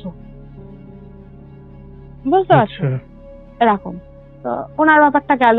তো তারপর থেকে উনি আর সেরকম আসতো না, খেতেও না তার বাড়িতে, উনি আর করতো না, অত আসতো না, মা যেটা বলে আমাকে। এরপরে যেটা হয়েছে, এরপরে হলো দিদার শরীর খারাপ, সাংঘাতিক শরীর খারাপ, মানে মাসে মনে হয় 2-3 বার। তার কিরম শরীর খারাপ নাকি মাথা, মানে বমি করছে, বমি করে খিচুড়ি ধরে যায় যাকে বলে না, খিচুড়ি ধরে যাচ্ছে। আর দিদার ঘুম হতো না রাত্রিবেলা, চোখ হলেও না মানুষের ঘুম হতো না, ওষুধ খেতে ঘুম হতো না কিছুতেই। তারপরে প্রচুর ডাক্তার দেখানো হতো, প্রচুর ডাক্তার কিচ্ছু করতে পারতো না। আর এটাও নাকি হয়েছিল যখন মানে মামা ওরম সুইসাইড করে, তার আগে যে বনগাঁয় যাকে ঝাড়ানো হয়েছিল, তো মানে যাকে দিয়ে ঝাড়ানো হতো, যে মুসলিম যার কথা বললাম বনগাঁয়, তো তার কাছে গেছিল যে মামার যেহেতু চাকরি হচ্ছিল না, বা পড়াশোনা করছিল, টিউশনি পড়াচ্ছিল, হচ্ছিল না, যা কিছু করবে কিনা নিয়ে গেছিল নাকি, ওকে নাকি অনেক মাদুলি দিয়েছিল। হ্যাঁ, তো মাদুলি দেওয়ার পর বলেছিল কিছু বলেনি নাকি, চুপচাপ ছিল। মানে বহুবার জিজ্ঞেস করেছে, মা আর দিদা গেছে আর ও গেছিল, বলছে কি হবে ওর একটু বলেন, ওর কি কিছু হবে, ওর কি কোনো গতি হবে, মানে যেমন বলে না যে অতটা বয়স হয়ে গেছে, চিন্তায় রয়েছে। তো জিজ্ঞেস করছে কি, উনি কিচ্ছু বলিনি, ওনার নাকি মুখ কালো হয়ে যাচ্ছে, যতবার জিজ্ঞেস করছে মুখ কালো হয়ে যাচ্ছে। বলছে যা এটা পড়াস সব ঠিক হয়ে যাবে, এই মাদুলি যেন হাত থেকে না খোলে। ঠিক আছে, উনি কিন্তু কিচ্ছু বলেনি যে কি হবে না হবে। ঠিক আছে, উনি মনে হয় বুঝতে পেরেছিল মা যেটা বলে, আমার মা যেটা বলে। ওর নাকি মানে বাড়ি এসে বেশ কিছুদিন মাথায় নাকি মাদুলিটা দিলে সব খুলে দেয়, মানে ওটা করার আগে মাদুলিটা দিলে সব খুলে দেয়। বুঝতে পারছো? আর যে বলছি যে 2টো ঘর ছিল, মানে যেদিনকে ঘটনাটা হয়েছে দিদা নাকি এতটাই ঘুমের ঘরে ছিল, জানি না সেদিন কিন্তু ওষুধ, তখন কিন্তু ওষুধও খেত না রাত্রেবেলা ঘুমের। হ্যাঁ, এবার যে ঘরে ওটা হয়েছে তার পাশের ঘরে ও একটা দরজা ভেঙে ফেলেছে। বুঝতে পারছো? দরজা ভেঙে দিদার একটা শাড়ি দিয়ে ওরম করেছে। একটা মানুষ দরজা ভাঙলে কি আওয়াজ হয়, তো জোরে জোরে আওয়াজ তো হবে, মানুষ তো ঘুম তো ভাঙবে, সামান্য নক করলে মানুষের ঘুম ভেঙে যায়। হ্যাঁ, 2-3 বার নক করলো, একটা দরজা ভেঙেছে, মানুষ আওয়াজ পায়নি। আমি বলছে আমি কি মরার মতো ঘুমোলাম যে আমার ঘুমটা ভাঙলো না, এরম ব্যাপার। তখন 6:30 বাজে, তার মামা যেহেতু পড়াতো বলছি, তখন ফোন করছে, তখন দিদার ফোনে তখন মানে ওর ফোনে ফোন বাজছে, মানে কতবার 15-20 বার ফোন করেছে ওর ফোনে, তখন দিদার ফোনের আওয়াজে ঘুম ভেঙেছে, যে এরম ব্যাপার, যে ফোন করছে। ফুল তুলতে যাবে বলে ফুল তোলার জন্য প্রিপারেশন নিচ্ছিল, যে ফুল তুলতে যেত, পুজো দেবো, এরকম ব্যাপার। তো ঘুম ভাঙেনি সেদিন রাত্রিবেলা, মানে দরজা ভেঙেছে ঘুম ভাঙেনি, এটা হয় কোনোদিন, সেটা বলো? সেটাই তো, এরকম ব্যাপার। দিদা বলছে আমার ঘুম কেন ভাঙলো না, দরজা মানুষ ভেঙে ফেললো। আর এখন না আমি মাকে বলি যে ওই দরজাটা ভেঙেছে, তো ওই দরজাটা কি করছে, আর দরজা আর লাগায়নি। আরো না ভয় লাগে, মনে হয় কি দরজাটা লাগালো না, কেমন 2টো ঘরের ভিতরে কোনো দরজা নেই, একটা লাগে, একটা অস্বাভাবিক লাগে, জানো তো, খালি খালি কেমন একটা লাগে, মনে হয় কি ওই ঘর দিকে উঁকি মারছে না, তো একটা কেমন একটা লাগে। আমার যে মাসির মেয়ে, ওরও ভয় লাগে।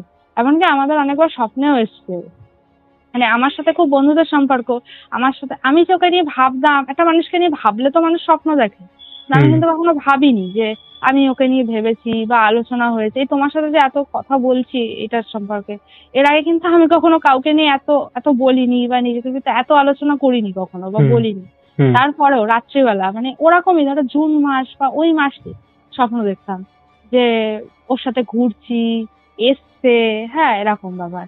আর আমার যে মাসির মেয়ে, সে স্বপ্ন দেখেছিল, বলছি কি মানে ওর সাথে একটু রাগের সম্পর্ক ছিল, মানে একটু ওকে একটু মানে আমাকে বেশি পছন্দ করতো তো আমার মামা, আর ওকে একটু কম পছন্দ করতো, ঠিক আছে তো, যেরকম হয়। তো এরকম ব্যাপার। তো ওকে বলছে কি যে এই মাকে, মানে স্বপ্নে বলছে এই মাকে বলবি যে আমাকে তোদের যেন ঘুগনি আর লুচি করে দেয়, না বললে কিন্তু আমি কিন্তু দেখিয়ে দেবো মজা, এরকম নাকি ওকে স্বপ্নে বলেছে। ও তো কেঁপে টেপে ঘুম থেকে উঠে পড়েছে, বলছে মা আমি স্বপ্ন দেখেছি, আমার বিশাল ভয় লাগছে, এরকম ব্যাপার। ও বলছে না আমি তো আলোচনাও করিনি, আমি তো কিছুই করিনি, আমি কেন স্বপ্ন দেখলাম। আর আমি যেদিন স্বপ্ন দেখেছি, সেদিনকে রাত্রেবেলায় স্বপ্ন দেখেছি। আচ্ছা, মানে ওর ব্যাপারে আমি স্বপ্ন দেখেছিলাম যে ওদের বাড়ি গেছি, ও আমাকে বলছে এই নে আমি এই ঘড়িটা কিনেছি, এই ঘড়িটা নে। আর স্পষ্ট মনে থাকতো না তো যখন আমি স্বপ্নগুলো দেখতাম, মানে তখন আমি মাকে বলতাম পুরো ডেসক্রাইব করে, মাকে বলতে খারাপ লাগতো কিন্তু না বললে না মনের ভিতর থেকে যেত, ওই জন্য বলে দিতাম। পুরো স্পষ্ট দেখতাম যখন স্বপ্নগুলো দেখতাম। আর আমি মাসির বাড়িকে বলছি, জানো তো মাসি আমি এরকম স্বপ্ন দেখেছি, কি ব্যাপার করে আমি স্বপ্ন দেখছি। তখন না মানে এইসব কাজ টাজ হয়নি, মানে সমস্ত বাড়ির প্রবলেমটা মেটেনি ওই মামা বাড়ির। তার আগে এত এত স্বপ্ন দেখতাম, প্রত্যেক বছর স্বপ্ন দেখতাম, মানে কয়েকে পিণ্ড দিয়ে এসেছিল দাদু 1 বছর হওয়ার সাথে সাথে। কিন্তু তারপরেও আমরা কন্টিনিউয়াসলি আমি আর আমার মাসির মেয়ে স্বপ্ন দেখতাম। মেবি হতে পারে যে মন দুর্বল হতে পারে, জানি না ঠিক। তো ওই জন্য স্বপ্ন দেখতাম, কিন্তু ভয় লাগতো, আমার ভয় লাগতো না কিন্তু আমার মাসির মেয়ের ভয় লাগতো, বিশাল ভয় লাগতো। আর দিদাকে গিয়ে বলেছিল, বলছে যে দিদা আজকে একটুখানি লুচি আর ঘুগনি করো, যেহেতু ভয় পেয়ে আছে। ও তারপরের দিন গেছিল, বলেছিল দিদা একটু লুচি আর ঘুগনি করো। আর বলা যায় না কি হতে পারে, ঠিক আছে। তো ওই জন্য বলেছিল, এরকম হলো। তারপরে এবার হ্যাঁ দিদার খুব শরীর খারাপ হতো এই বাড়িতে, লকডাউনের পরের থেকে। লকডাউনের সময়ই একবার দিদার এত শরীর খারাপ হলো, টোটাল 2 বার শরীর খারাপ হয়েছিল। একটা শরীর খারাপ তাও একটুখানি মানে কমের উপর দিয়ে গেছে, মানে অতটা যায়নি যে একটা মানুষ মৃত্যুর মুখে থেকে ফিরে এসছে, এরকম যায়নি। প্রথমটা কি হলো, হসপিটালে নিয়ে যেতে হলো, বনগাঁ হসপিটালে। মাঝ রাত্রিবেলা ডাক্তার দেখানো হলো, মানে খিচুড়ি ধরে যাচ্ছে, গলা টলা উল্টে যাচ্ছে। হ্যাঁ মানে মানুষ তো দিদা নাকি খেতে ওঠে তো কিচ্ছু না, খাওয়া দাওয়া সব ছেড়ে দিয়েছিল, খাচ্ছিল না। তো এরকম ব্যাপার। আর আরেকটা কথা জানো তো, যখন আমার মামা যখন সুইসাইড করে, আমি মার কাছে শুনলাম, মা বলছে কি, আমি বলছি দিদা বুঝতে পারিনি যে ওরম করবে। বলছে কি জানি না, কিন্তু এটা বলতো নাকি যে ওনাকে ওটা যখন করে তার কিছু মাস আগের থেকেই নাকি সব যা ও ইনকাম করতো, সব টাকা যা পেতো সব নাকি দান করে দিত, মানে জিনিসপত্র সব দিয়ে দিত লোককে, সব বাচ্চা কাছ থেকে সব দিয়ে দিত, যাকে যা পারতো সব দিয়ে দিত, জামা কাপড় সব দিয়ে দিত, যা পেতো সব দিয়ে দিত, মানে কিছু রাখতো না, তাই বলছে। এটা কি জানি তা মানুষ তো লক্ষ্য করে, তাই বলছে। আর এটা হওয়ার আগের দিন নাকি বলেছে যে দিদাকে বলছে আমি মাংস এনেছি, মাংস রান্না করে দাও, আমি মাংস খাবো আজকে। সেদিনকে একাদশী ছিল, সেদিনকে দিদা বলছে আমি আজকে একাদশী, তুই মাংস আনলি।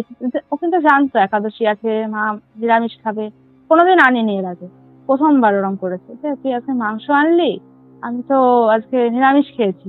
আচ্ছা করে দাও, আমি একটু খাবো বললাম, করে দাও। ও মাংস টাংস খেয়েছে, খেয়ে দিয়ে ওইসব করেছে। তো এরকম ব্যাপার ছিল। তো এগুলো না কাকতালীয় লাগে, এটা না ন্যাচারাল লাগে না, তাই না? সবার কি এরকম হয় নাকি যাদের সাথে এটা হয়, মানে কি বলবো, খেয়ে দিয়ে মানুষ এরকম করতে পারে কি জানি, ওর কি আগের থেকে একটা ভাবনা চিন্তা ছিল কিনা। এবার দিদার যে শরীর খারাপ, প্রথমে বুঝতে পেরেছিল, হ্যাঁ মেবি বুঝতে পেরেছিল না, দান কেন করবে, ও দিত আমাকে, কিন্তু অনেক জিনিস দিত। আমি বলছি না আমার সাথে বন্ধুত্ব, সবাইকে সব দান কেন করতে যাবে, তাই না? মা বলছে সব নাকি দান করে দিচ্ছে, মানে দিদা মাকে বলতো কি জানিস তো ও সব দিয়ে দিচ্ছে, এই সব দিয়ে দিচ্ছে, জামা কাপড় দিয়ে দিচ্ছে, যা টাকা আনতো জিনিসপত্র দিয়ে কিনে কিনে সবাইকে দিয়ে দিত। হ্যাঁ তো যারা নিতে চাইতো না জোর করে নিয়ে নাও এটা না ওটা না এরকম করে দিত, কিছু রাখতো না নাকি, সেটাই বলছে। তো এরকম ব্যাপার, তাই বলছে। মা বলছে কি জানি, এবার কি বলতো, আমি বলছি না যে ওদের মধ্যে না, মানে মা বলো যে তুই বোন বা ভাই, কত না যে ওই খুনসুটি, মনের কথা জোর করে জানবে, তুই আমাকে কেন বললি না, ওই জিনিসটা কখনো গ্রো হয়নি, যেটা এখনকার দিনের ভাই বোনের ভিতর হয়, বা আগেও ছিল, কিন্তু ওদের ভিতর সেই গ্রো আপটা হয়নি, যে মুখ দেখলে বলবে কেন বলিসনি তুই, কেন এরকম করছিস, কারণটা জানতে চাইবে, কখনো হয়নি, বুঝলে তো? তো এরকম হয়েছে। এবার দিদার প্রথমবার শরীর খারাপ হলো, এবার আমার যে মেজো মাসি, সে টিউশনি পড়ায়, সেই সমস্তটা দেখে, মানে যদি কোনো প্রবলেম হয়, আর কাছাকাছি বাড়ি, বলছি না পাশের গ্রামে বাড়ি একটা মাসির, তো সেই সবসময় আসে, সেই দেখে। আমরা একটু দূরে বাড়ি, তো না আমরা একটু দেখতে পারি না, কম দেখতে পারি, শুধু গোবরডাঙ্গাতে বাড়ি আমাদের, আমরা একটু কম দেখতে পারি ওই জন্য। আর যে ছোট মাসি তারও গোবরডাঙ্গাতে পারে না, আমরা দেখতে পাই না। আর মেজো মাসি যে সে দেখতে পারে কোনো প্রবলেম হলে। আর হচ্ছে তো মানে আমার মেজো মাসি তো ইনকাম করে, একটা ইনকাম সোর্স আছে, ওরা জন্য দেখতে পারে, মাসি দেখতে পারে। তো ওই জন্য এবার মাসি প্রথমবার মাঝ রাত্রিবেলা ওরকম হলো, মানে অনেক দিন, বেশ 15-20 দিন আমার শরীর খারাপ, খাওয়া দাওয়া বন্ধ, তার আগের থেকেই খাওয়া দাওয়া বন্ধ, দিদার খাচ্ছে না, যাচ্ছে না। লাস্টে কিভাবে বোঝা গেল যে মানে এবার সমস্যা হয়েছে? এবার লাস্টের যে শরীর খারাপ হয়েছিল, লাস্টের বার কি হলো নাকি বিশাল শরীর খারাপ, মানে শয্যাশায়ী পুরো। এবার দিদা নাকি মানে এবার দিদাকে বনগা হসপিটালে ভর্তি করা হলো, কোনো কিছু সুস্থ হচ্ছে না, ডাক্তার বলছে বাড়ি নিয়ে যান, সুস্থ হয়ে যাবে, এমনি এমনি খাওয়া দাওয়া করাবেন সুস্থ হয়ে যাবেন। প্রচুর স্যালাইন চলেছে, তাও সুস্থ হচ্ছে না। ঘুমোচ্ছে না, আবল তাবল বকছে, পাগলের মতো বকছে, হ্যাঁ অনবরত বকে যাচ্ছে।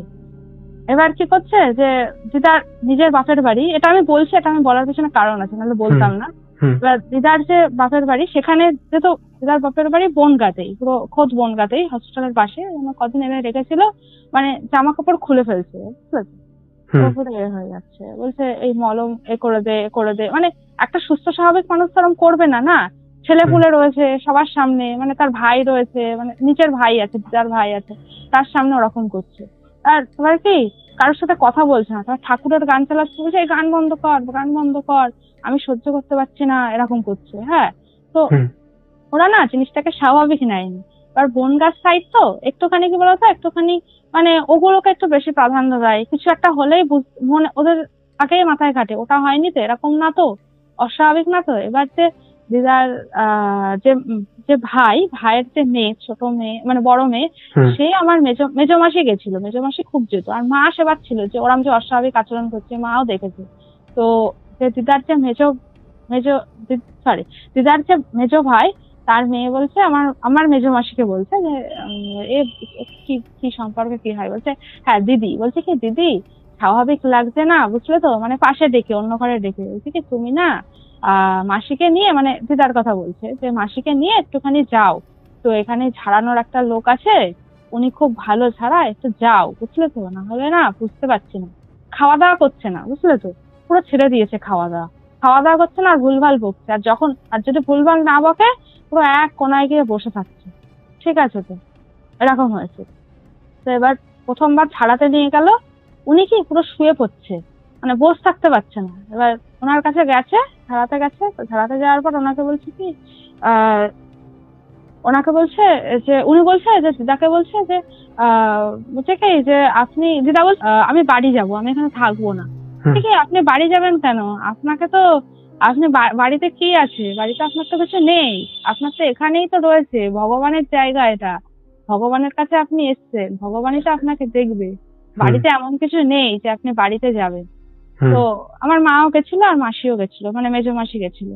তো মা ভাবছে সব বুজরুকি, যেটা হয় ন্যাচারালি, আর মা প্রশ্ন করছে, বলছে কি বলেন কিছু হয়নি, বলছে কি কিছু হয়নি, আপনার মা এখন ওই বাড়ি বাঁধাতে হবে, মানে ওই বাড়িতে, বলছে কি যে বলছে কেন বাঁধাতে হবে কেন, বলছে ওই বাড়িতে কিছু একটা আছে, যেটা হচ্ছে কি আপনার, হ্যাঁ একটা কথা বলা হয়নি, এটা হচ্ছে সাংঘাতিক কথা ছিল, এর আগে আমি মাঝখানে একটু বলে দিচ্ছি। হ্যাঁ, কি হয়েছিল, ওই যে 1 বছর পিন্ডি দেওয়ার মধ্যখানে কি হয়েছিল, দিদা ওই বাড়িতে থাকতো না বেশি, এবার বনগাঁয় গেছিল, বনগাঁয় মানে দিদার বাপের বাড়ি গেছিল, তখন দিদার বাবা বেঁচে ছিল আর মা আছে এখনো বেঁচে। তো দিদা শুয়েছে রাত্রিবেলা, তখন মাঝরাত্রি হঠাৎ করে ও ডাকছে, বলছে মা মা করে ডাকছে। এবার দাদু উঠে পড়েছে, মানে মার যে মানে দাদু বলতে মার দাদু, দিদার বাবা উঠে পড়েছে, বলছে কে রে, কে, দিদা উঠে পড়েছে, বলছে আমি বলছি আমি মাকে নিতে এসেছি। বলছে কি বলিস এইসব, যা চলে যা এখন। বলছে না আমি মাকে নিয়ে যাব, বুঝতে পারছি না, আমার খুব কষ্ট হচ্ছে, আমি মাকে নিয়ে যাব। বলছে কি এখন ওসব হবে না, এখন যা, ওসব হবে না, পরে আসবি বা এরকম কিছু বলেনি, বলছে এখন ওসব হবে না, তুই যা, চলে যা। বলছে কি এখন আমাকে নিয়ে যেতে দিচ্ছ না তো, আমি একে একে সবাইকে নিয়ে যাব, এই কথাটা স্পষ্ট বলেছে, আমি সবাইকে নিয়ে যাব। সাংঘাতিক ছিল আমাদের কাছে, মানে এরকম এক্সপিরিয়েন্স কোনোদিন হয়নি। তো এটা হয়েছিল। আর তারপরের দিন দাদু, মানে মার দিদার যে দাদু ছিল, সে বাথরুমে যাচ্ছিল সন্ধ্যাবেলা, তখন শীতকাল ছিল, এই দুটো ঘটনাই শীতকালে হয়েছে। তো শীতকালে তো মানে দিদার দাদু বাথরুমে যাচ্ছিল, যেহেতু বনগা বলছি, সেটাও তো গ্রামের দিকই না, তো সেখানে বাথরুমে যাচ্ছিল। তো ওনার বিশাল সাহস, উনি অনেক ভূতের এক্সপিরিয়েন্স করেছে, তো আগেকার দিনের মানুষ। তো উনি বাথরুমে যাচ্ছিল, ওকে নাকি দেখতে পেয়েছে, মামাকে নাকি দেখতে পেয়েছে, দেখেছে ও যেরকম ড্রেস পরে থাকতো বাড়িতে, হাফ প্যান্ট পরেছিল আর একটা গেঞ্জি পরেছে, খালি গায়ে হাফ প্যান্ট পরেছিল। দাদুর না মানে যে মানে আমার বড় বাবা যেটাকে বলা হয় মানে মেবি সম্পর্কে, তো যেটাই হোক উনি বলছে কি কিরে তুই এখানে দাঁড়িয়ে রয়েছে, নাম নিয়ে বলেছে কিরে তুই এখানে দাঁড়িয়ে রয়েছিস, ঠান্ডার ভিতরে ঠান্ডা লাগছে না, যা ঘরে যা। মানে ওনার অত মনে নেই, ব্ল্যাঙ্ক আউট হয়ে গেছে। আর এটা যে ওর যখন ওই ঘটনাটা হয়েছিল না, তখন না উনি মনে নেই যে ওটা হয়েছিল, বুঝলে তো, উনি ভুলে যেত যে ওরা মারা গেছে। এরকম বহুবার জিজ্ঞেস করেছে কিরে কেমন আছে, দিদাকে জিজ্ঞেস করেছে কিরে কেমন আছে, এরকম হয়েছে। তো দিদা যখন দাদুর বাবা যখন বাথরুম থেকে বেরিয়েছে তখন দেখছে কেউ নেই। ঘরে আসার পর বিশাল ভয় পেয়েছিল, সেবার প্রথম নাকি বিশাল ভয় পেয়েছিল। তারপরের দিন জ্বর টর এসেছিল, সবাই বলেছে কি হয়েছে, তখন বলেছে এই হয়েছে, তারপরে ঝাড়ানো টাড়ানো হয়েছে, সুস্থ হয়েছে। এটা আমার বলাটা মিস হয়ে যাচ্ছিল না, আমি বললাম ঠিক আছে তো। এটা আমাদের কাছে সত্যিই খুব ভয়ের ছিল, আমি যখন প্রথম শুনেছিলাম। তো এর চেয়েও ভয়ঙ্কর হয়। এবার ভূতের ঘটনাগুলো তো ভয়ঙ্কর হবেই যে তার কোনো মানে নেই, এবার অস্বাভাবিক কিছু দেখবো, কিন্তু এগুলোও অনেকটা ভয়ঙ্কর মানে আমাদের কাছে বেসিক্যালি। তো এরপরে যেটা বলছিলাম, হ্যাঁ এবার ওনার কাছে দিদাকে যখন ঝাড়াতে নিয়ে যায় তখন উনি বলছে যে, তখন মাকে বলছে কি যে আপনি, তখন উনি বলেছিল যে টাকা লাগবে, ঠিক আছে, তো টাকা বলতে ঘর বাঁধাতে হবে, মানে যে বাড়িতে দাদু থাকে সেই বাড়িটা বাঁধাতে হবে, তো তার জন্য লাগবে 7,000 মতো টাকা লাগবে, ঠিক আছে। আর একটা মাদুলি দেবে বলেছিল, 500 টাকা লাগবে। তা 500 টাকা লাগবে, ও না টোটাল 7,000 টাকা লাগবে, মাদুরিটা হচ্ছে 3,000 টাকা, ওটা 4,000 টাকা। এবার মা বলছে এত টাকা কিসের জন্য লাগবে, স্বাভাবিক ব্যাপার, এত টাকা চাইলে সন্দেহ হয় না। মা বলছে এত টাকা কিসের জন্য লাগবে, এইসব হবে না। বলছে কি আপনি করছেন না তো, এ কিন্তু শুধুমাত্র আপনার মার উপর যে হচ্ছে হবে তা কিন্তু না, সবাইকে কিন্তু আগে আগে নিয়ে যাবে। এখন সবে প্রথমে মা বাবার উপর অ্যাটাক করেছে, এরপরে কিন্তু আপনাদের সবাইকে কিন্তু অ্যাটাক করবে, এবার আপনি বুঝে দেখুন কি হবে। আর প্রথম দিন যেদিনকে ওই ঘরে নিয়ে গেছিল সেদিনকে মাদুলিটা পরিয়ে দিয়েছিল, মানে তখনও ঘর বাঁধানোটা জিনিসপত্র দেয়নি কারণ ওদের কাছে টাকা ছিল না, তো শুধু মাদুলিটা পরিয়ে দিয়েছিল। যেদিনকে মাদুলি পরিয়ে দিয়েছে সেদিনকে আবার মানে মা বাড়িতে দিদা চলে এসছে। দিদা আসার পর তারপরে মানে মেজো মাসি যে সে আর ছিল না, সে নিজের বাড়িতে চলে গেছিল, মানে মাসির বাড়িতে চলে গেছিল, আর দিদা একাই ছিল, আর দাদু কারখানায় গেছিল। সেদিনকে নাকি মাঝ রাত্রিবেলা কি হয়েছিল, মানে দিদার তখন একটা ওষুধ চলছিল, যেহেতু বললাম হসপিটাল থেকে ফিরেছে, প্লাস একটা ডাক্তার দেখানো হয়েছিল সাইকোলজিস্ট, সে ওষুধ দিয়েছিল। আর দিদার যেহেতু ঘুম হচ্ছিল না, ডাক্তার বলেছিল 3টে করে ঘুমের ওষুধ খেতে, একটা ঠোঁটের তলায় দিয়ে একটা নর্মাল ওষুধ, আধ ঘন্টা পর পর, 3টে ঘুমের ওষুধ খেতে বলেছিল। তো এরকম যেহেতু একেবারেই ঘুম হচ্ছিল না আর ভুলভাল বকছিল। এবার দিদার নাকি মাঝরাত্রিবেলা বাথরুম পায়। এবার দিদা কি করে, ধরো 3টে ঘরের দরজা দিয়ে কিন্তু বেরোনোর দরজা আছে, মানে বাথরুমে যাওয়ার। দিদা কি করে, দিদা নাকি মাঝের ঘরে শুয়েছিল। দিদা বলছে কি যে মানে তখন কিন্তু এমন না যে জ্ঞান নেই বা অজ্ঞানে রয়েছে, সেরকম কিছু না, সব বুঝতে পারছিল, ঠিক আছে। দিদা বলছে যে আমি বলছে আমার বাথরুম পেয়েছে, তা আমি তো বাথরুমে যাবো। দিদা কি করেছে, ওই রান্নাঘরে যেতে গিয়ে নাকি মানে রান্নাঘর দিয়ে দিদা হয়তো দরজা খুলতে গেছে, দরজা খোলার কিছু মুহূর্তে দিদা পুরো মুখ টুকরো পড়ে গেছে আর উঠতে পারছে না। দিদা বুঝতে পারছে যে দিদা পড়ে গেছে, দিদার ওঠার জন্য হাত পুরো কেটে যাচ্ছে, মানে হাঁটুর কনুই হাঁটু কেটে যাচ্ছে, উঠতে পারছে না।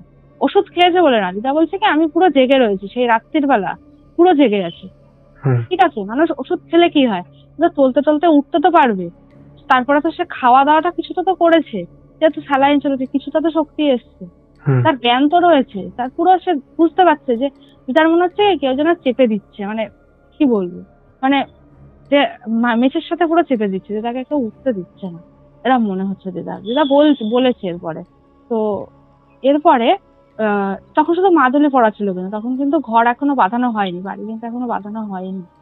এরপরে মানে ওইভাবে সারা রাত কেটেছে, তখন মনে হয় 2টো কি 3টে বাজে, তাই ওরমই হবে, মানে মাঝ রাত্রিবেলা, তখন তো ঘড়ি দেখেনি দিদা, যেহেতু শরীর খারাপ, ঘড়ি দেখবে কি করে, আর ওরম অবস্থা তো ঘড়ি দেখতে পায় না।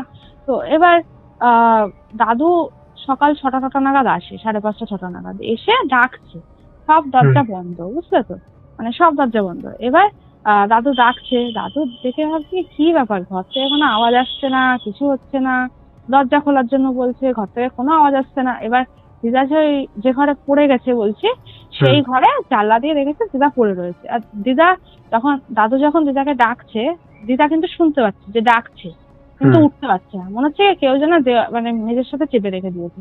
হাত কেটে গেছে, পুরো ছলে গেছে, হ্যাঁ অনেকদিন লেগেছে সারতে, কিন্তু দিদা উঠতে পারে তখনো পর্যন্ত। তারপরে দাদু পাশের যে জানলা ছিল, জানলা দিয়ে লাঠি ঢুকিয়ে দরজার ছিটকিনি খুলেছে, দরজার ছিটকিনি দিয়ে দাদু ঢুকে দিদাকে তুলেছে, তখন উঠতে পেরেছে। আচ্ছা। না হলে সেদিন মনে হয় মাদুরিটা না থাকলে যেটা আশা করা যাচ্ছে যে কিছু একটা হয়ে যেত সেদিনকে, মেবি। ঠিক আছে। আর দাদুর সে কদিনে বিশাল শরীর খারাপ, মানে তার মধ্যেখানে তো মানে আল পেটে পাথর টাথর ধরা পড়ে, বমি হচ্ছিল, বিশাল শরীর খারাপ, খেতে পেতে পারছিল না এরকম। তো এটা হলো। এরপরে উনি বলেছে যে উনি যেহেতু বলেছিল ঘরটা বাঁধাতে হবে, আপনি সাথে সাথে ঘরটা বাঁধিয়ে নিন, মানে বাড়িটা বাঁধিয়ে নিন, নাহলে কিন্তু হবে না। ঠিক আছে, তো এরম ব্যাপার। তো বাড়িটা বাঁধানো হলো, সেদিনকে দিদা ছিল না বাড়িতে সেদিন। তারপরে যেহেতু ওরম ঘটনা হলো, কেউ আর রাত্রেবেলা দিদাকে রাখার সাহস পাচ্ছিল না, কারণ মেজমাসির বাড়ি নিয়ে এসেছিল, যে বলেছিল যে আমার মা হচ্ছে আমার কাছে থাকুক, মাকে আর বাড়িতে রাখবো না এখন। তো এরকম ব্যাপার। আর দিদাকে সবসময় ওই বাড়ি টানতো যে আমি ওই বাড়ি যাবো, আমি কোথাও থাকবো না, আমি ওই বাড়ি যাবো, এরকম ব্যাপার। ঠিক আছে। তো তো এবার বাড়িটা বাঁধানো হলো। বাড়িটা বাঁধানো, উনি তো আর বাড়ি এসে বাঁধায়নি, উনি বলেছিল এই জিনিসপত্র দেবো, তোমরা বাঁধাও, আমি বুঝে যাবো যে সঠিক হয়েছে কিনা বা কেটেছে কিনা বিপদ। তো বাঁধিয়েছে, 3 জনকে বাড়ি বাঁধাতে হয়েছে। ঠিক আছে। তো বাড়ি বাঁধানো বলতে ওই ঘর দিয়েছিল, পেতলের অনেক কিছু দিয়েছিল, বলেছিল মাটি পুঁততে, মাটি খুঁড়তে, ঠিক আছে, ওগুলো পুঁততে বলেছিল ওগুলো নিচে রাখা যাবে না, পুরো একেবারে খুঁড়ে ওর ভিতর রাখতে বলেছিল। তাও কি মাঝ রাত্রিবেলা গিয়ে করেছে, দিনের বেলা কিন্তু করতে পারেনি। তো মাঝ রাত্রিবেলা বলছে বিশাল ভয় লাগছিল ওদের, মনে হচ্ছিল কিছু হবে না, তো মানে এটা স্বাভাবিক ব্যাপার। আর বলেছিল যদি কোনো ঘর যদি পড়ে যায় হাত থেকে, তাহলে কিন্তু আর করা যাবে না, ওই ঘর দিয়ে আবার নতুন করে আনতে হবে সব ঘর, তাই বলেছিল। 3 জন গেছিল, তো ঘট বাঁধানো হলো। তারপরে নাকি দিদা আস্তে আস্তে সুস্থ হয়েছে, কিন্তু আর পুরোপুরি তো মানুষ তো সুস্থ হয় না, বয়সও তো হয়েছে, বাট সেইটা নেই যে ওই শয্যাশায়ী পাড়ার লোক বলে নাকি যে মানে সবাই ভেবেছিল যে মারা ছাড়া যাবে, কেউ বলেছিল বাজবে না উনি।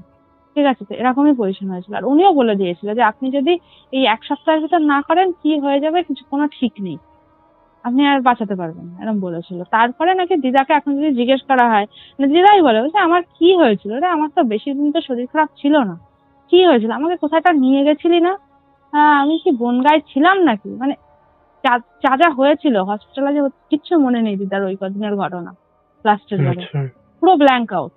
ঠিক আছে। তো শুধু ওই হাতে যে কেটে গেছিল, শুধু ওইটা তার পরের দিন বলেছিল, ওটা আবছা আবছা মনে আছে। তারপরে যখন ওই বাঁধানো হলো, তারপরে আবছা আবছা মনে রয়েছে যে কি হয়েছিল, যে পড়ে গেছিল এরকম ব্যাপার। কিন্তু সলিউশন কি করে হলো এগুলো শেষমেশ?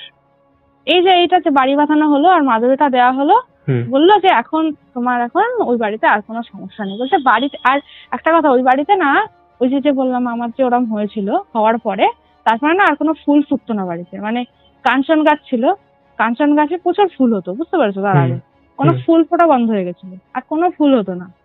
এখন চাই না হয় কিনা, কিন্তু তারপর থেকে আর হতো না। প্রচুর বিড়াল আসতো বাড়িতে খেতে, আমি নিজে দেখেছি বিড়ালকে তাড়া করতো ও, হ্যাঁ তা মামা তাড়া করতো, কোনো বিড়াল আসতো না। কুকুর খেতে আসতো বাড়িতে, কুকুর আসতো না। তারপরে নারকোল গাছ ছিল, নারকোল হতো না, নারকোল গাছ কেটেও ফেললো তার কদিন পরে। তারপরে আম হতো, আম গাছে আম হওয়া বন্ধ হয়ে গেল। কাঁঠাল হতো, কাঁঠাল হওয়া বন্ধ হয়ে গেল, সবকিছু বন্ধ হয়ে গেল, কিচ্ছু কোনো ফলন হতো না বাড়িতে। আর লাস্টে যখন দিদার ওরকম শরীর খারাপ হলো না, যেটা বলছে আর কি, মৃত্যুর মুখ থেকে ফিরে এসেছে, তার আগে কি হয়েছিল তোমার, দিদা পুজো দেওয়া বন্ধ করে দিয়েছিল। মানে মাসি বলছে, মানে আমাকে মেজো মাসি যে যেত, প্রতিদিন যেতে হতো, কারণ খেতে পারতো না, রান্না বান্না তো করতে পারতো না, খাওয়াতে তো হবে মানুষটাকে। বলছে কি পুজো যে কত মাস হয় না কোনো ঠিক নেই বাড়িতে, মানে সিংহাসন দেখে তাই বলছে, বলছে কত মাস যে বাড়িতে পুজো হয় না কোনো ঠিক নেই,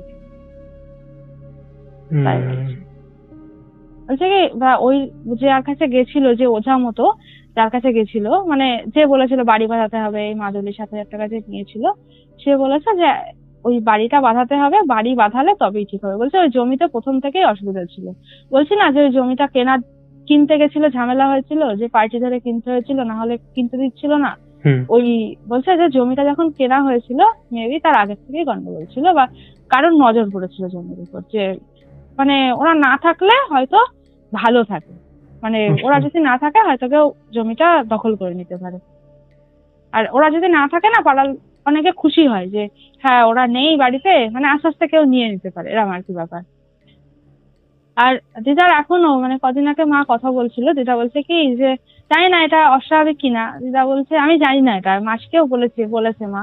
এবার মাসিকে বলছে, মানে দিদা মাকে বলেছে যে আমরা যখন থাকবো না তখন যেন এই জমিটা যেন বেচিস না, তোদের তো সবই তো আছে বল, আমাদের তো একটা স্মৃতি এটা, তুই কিন্তু জমিটা কিন্তু কেউ কিন্তু বেচিস না, তোদের তো থাকার জায়গা রয়েছে, তোদের সবই তো রয়েছে, তোদের ছেলে মেয়ে আছে, আমি তোর মেজ বোনকেও বলে দেবো, তোর ছোট বোনকেও বলে দেবো, তোরা যেন জমিটা যেন কোনোদিন বেচিস না, এইভাবে যেরাম বাড়ি আছে সেরাম থাকবে, কিছু করবি না এই বাড়িতে।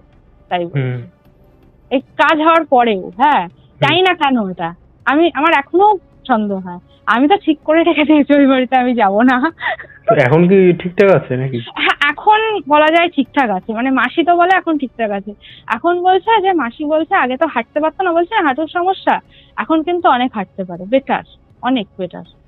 দেখো বয়স হয়েছে, এখন তো পুরোপুরি ঠিক হবে না, বাট যে ওই যে পেট ফুলে গেছিল, মানে যে লাস্ট মোমেন্টে পেট ফুলে গেছিল, ভুলভাল বকছিল, হ্যাঁ সব সেগুলো মানে লোকে ভাবতে পারেনি যে ফিরে আসবে, সেটার থেকে রিকভার হয়েছে, এটা অনেক।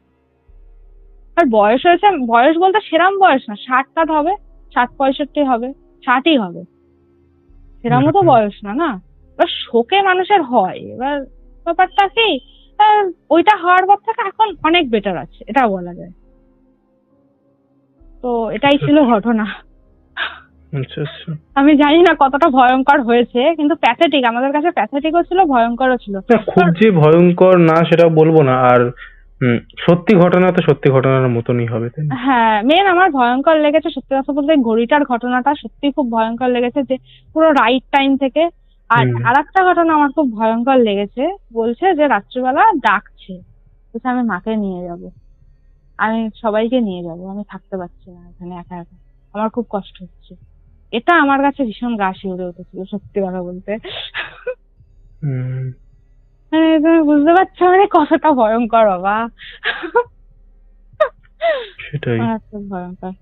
জানি না মানে ওই পরিস্থিতি থেকে ফিরে এসছে, মানে অনেকে বলে নাকি এটা কি সত্যি, মানে আমি তোমাকে জিজ্ঞেস করছি আর শ্রোতাদের কাছেও জিজ্ঞেস করছি, মানে এরকম কোনো ঘটনা শুনলে বা এই নিয়ে আলোচনা করলে কোনো নেগেটিভিটি ছড়ায়, আমি ঠিক জানি না, মানে নেগেটিভিটি ছড়ায় না, বাট আমি শুনেছি, ধরে নাও সাপোজ তোমরা 4-5 জন মিলে কোনো আলোচনা করছো ওইসব বিষয় নিয়ে, তখন নাকি ওই সময়টা পার্টিকুলার ওই জায়গাটা নেগেটিভ এনার্জিকে মানে টানে নাকি পার্টিকুলার। হ্যাঁ ওই জন্যই মা আমাকে বলছে যে বলবি কিন্তু তোর আবার কোনো ক্ষতি হবে না তো, ওইরকম বিষয় নেই, ওইরকম বিষয় নেই, মানে যখন একটা বিশাল আলোচনা সাপেক্ষ হচ্ছে ওইখানে তখন নেগেটিভ একটা ইয়ে হয়। গাটাও ভার হয়ে যায়, আমিও শুনেছি গাও ভার হয়ে যায়। গা ভার তোমার ভয়ের কারণেও হতে পারে, যে তুমি ফিল করেছিল ওটাও হতে পারে। তো এই ছিল আজকের পডকাস্ট, আশা করছি তোমাদের ভালো লেগেছে। কেমন লেগেছে তোমরা অবশ্যই সেটা কমেন্ট করে জানিয়ে দাও। তোমাদের মধ্যে এখনও যারা এই পরিবারে যুক্ত হওনি তারা যুক্ত হয়ে যাও। তোমরাও যদি এরকম ঘটনা শেয়ার করতে চাও তাহলে আমাদের সাথে কন্ট্যাক্ট করতে পারো। আমাদের সাথে কন্ট্যাক্ট করা একদম ইজি। আমাদের হোয়াটসঅ্যাপ নাম্বার থেকে শুরু করে সমস্ত সোশ্যাল মিডিয়ার লিঙ্ক তোমরা ডেসক্রিপশন সেকশানে পেয়ে যাবে। তো আর দেরি কিসের, তাড়াতাড়ি কন্ট্যাক্ট করে নাও। চলো আজকের মতন এখানেই শেষ করছি, আবার দেখা হবে নতুন কোনো ঘটনা নিয়ে।